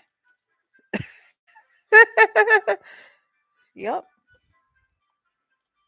True. But other than that, I turned my phone on do not disturb. My husband was calling me. I don't even want to talk to him today.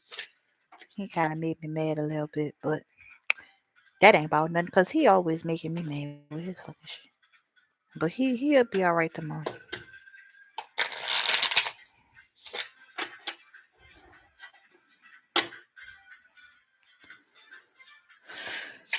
But yep, girl, shit.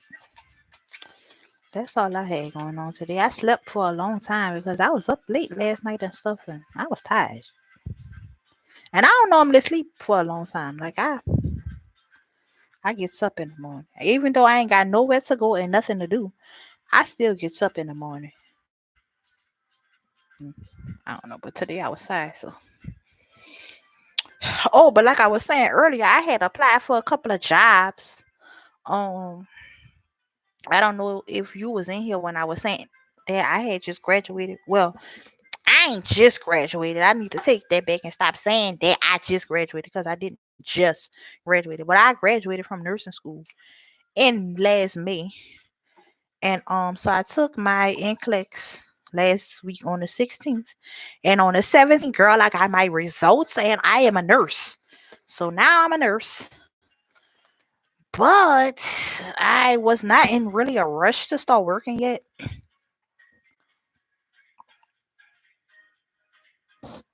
Okay. So yeah, I wasn't in a rush to start working. I'm really still not in a rush to start working. I guess I kind of feel obligated to start working because it's like I mean, I don't have to work. It's not like I have to go get a job or nothing, but you want to have some type of some sense of accomplishment, I guess. I don't know. But I have some things planned. Thank you. I appreciate that, Joyanne. So I have some things planned for this year. I have a lot of stuff planned. So in June, I'm planning on going to Florida. And then for a vacation with my friend and her daughter is graduating from high school. So we're going to Florida. And then I wanted to go to California in June. But it might have to be a different month because I don't know. I don't know. But I wanted to go to California because my friend had a baby and that's my god baby and I don't have any other god babies. This is my first god baby. So I want to go meet the baby. She had the baby last week. So I want to go meet the baby. And then I need to go well my son, he wanted to go to Philadelphia for his birthday. So we probably gonna go to Philadelphia. Oh yeah, we went to Orlando. Me and my baby had went to Orlando in 2018 was the last time. Cause 2019 we went to Mexico. And then last year we went to Mississippi because of the coronavirus. So I'm in Louisiana, so obviously. So we went to Mississippi because that's close to Louisiana and that was like because of the coronavirus, we couldn't really travel. And then this year, we already had went to California, so I want to go to like I said, I'm going to Florida, and then I want to go back to California, and then my baby wanted to go to Philadelphia. Oh yes, it's fun. I'm in New Orleans. You already know. So if you come to the NO, you got to holler at your girl Queen. You already know. But and then lastly, I'm going to Miami. And if you know anything about Miami, baby, you know what I'm going for. And that's at the end of the year. So that's already planned, ready to go. Okay. So I have a lot of trips coming up. So it's like I want to okay. So I want to start working, but also I have so many things planned and it's like I don't know do I tell a job like, look, I have these vacations already planned, like I need these days off. And then I'll be like, bitch, first of all, you ain't never even worked as a nurse before. And you coming in with motherfucking vacation days? Yes. So I applied for some jobs. I applied for some PRN jobs. So that way it's not like as if I'm being like inconsiderate of other people because like PRN is like basically like a as needed type of thing. So it's like the days that I need to be off, I will be, and the days that I can work, then I'll just work them days. And like I'm a work a lot of days, but it's just like, and that way I could still be getting my experience because I wanted to do like travel nursing, like well not necessarily like traveling out of state, but just traveling to different facilities or whatever. And I felt like that way I would have had a more flexible schedule. But since I never had a job yet and I'm just getting my license, they're not gonna hire me. Like you have to be working for a year before you can work for a temp agency. So I gotta find a job. So my friend was telling me yesterday when she was doing my hair, when she was spreading my hair, she was asking me like, "Do I plan on working?" So I was like, "Yeah." She was like, "I think you should just wait until after you go to Miami or whatever, and because I'm gonna have to be off for like a week or two after I go to Miami because obviously, I have to recover." So she was just like basically, she think I should probably wait till after that to get a job. And then today I had talked to my homegirl. She make YouTube videos too. And we was talking or whatever and she was saying the same thing. She pretty much basically said the same thing. So I'm like, well, maybe I should wait until after I go to Miami to get a job. But I just feel like I don't want my family member, my uncle, I'ma just say it, I don't want my uncle to feel like as if like I'm trying to, like not get a job. But he don't seem to care because yesterday when I was like, yeah, uncle, I had I got me some colorful hair so that, because it's my last time wearing my little colorful hair before I have to start working. And then, I got to be all boring or whatever. And he just was like, oh, like, okay, whatever. I don't care. I'm like, whatever. So, okay. But, yep. So, I don't know. I just don't want to seem like as if I'm just like being a lazy person. Okay, girl, please. So he said he don't care, and I don't care either. And I said, okay.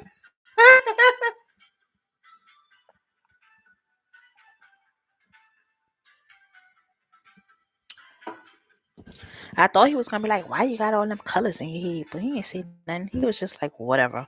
He like, "You got a new hairstyle every look like day I see you. Every time I see you, you a new person." My uncle probably be like, "What in the world is this girl? Every day she got a new hairstyle." Let me tell you, my uncle was the first person to tell me about wigs. This was before people started wearing wigs. Like how wigs is popular now. This was like back in the 2007. Okay, people wasn't wearing wigs in 2007. I mean, they was wearing wigs, but they was wearing wigs. They wasn't wearing like wigs that look like it could be your hair wigs. They was wearing like old school wigs in 2007. And my uncle used to be like, "You need to get you a wig. Cause you be paying too much money to go to the salon and you could just wear a wig." And I'm like, "I don't wear no damn wig." Shit, my uncle knew what he was talking about. My uncle knew what he was talking about. My uncle said, "You need to wear a wig." Okay. Shit. And I was like, that's for old people. I don't know. Wig. Nah, give me any wig you want to give me, baby. I will wear that wig, okay? I was stupid and now I'm smart. And my uncle, he been smart. And I was dumb. But I guess he told me, okay, girl, shit, I'll take that wig in a second. Matter of fact, let me show you. Joanne, do you wear tracks in your head? Because I want to send you some tracks, Joanne. Let me show you these tracks. Hold on.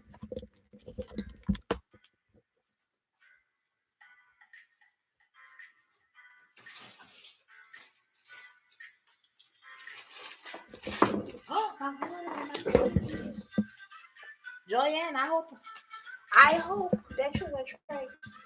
Because I want to give you these. Hold on. Joanne, I gotta move you for 1 second, because I wasted my background.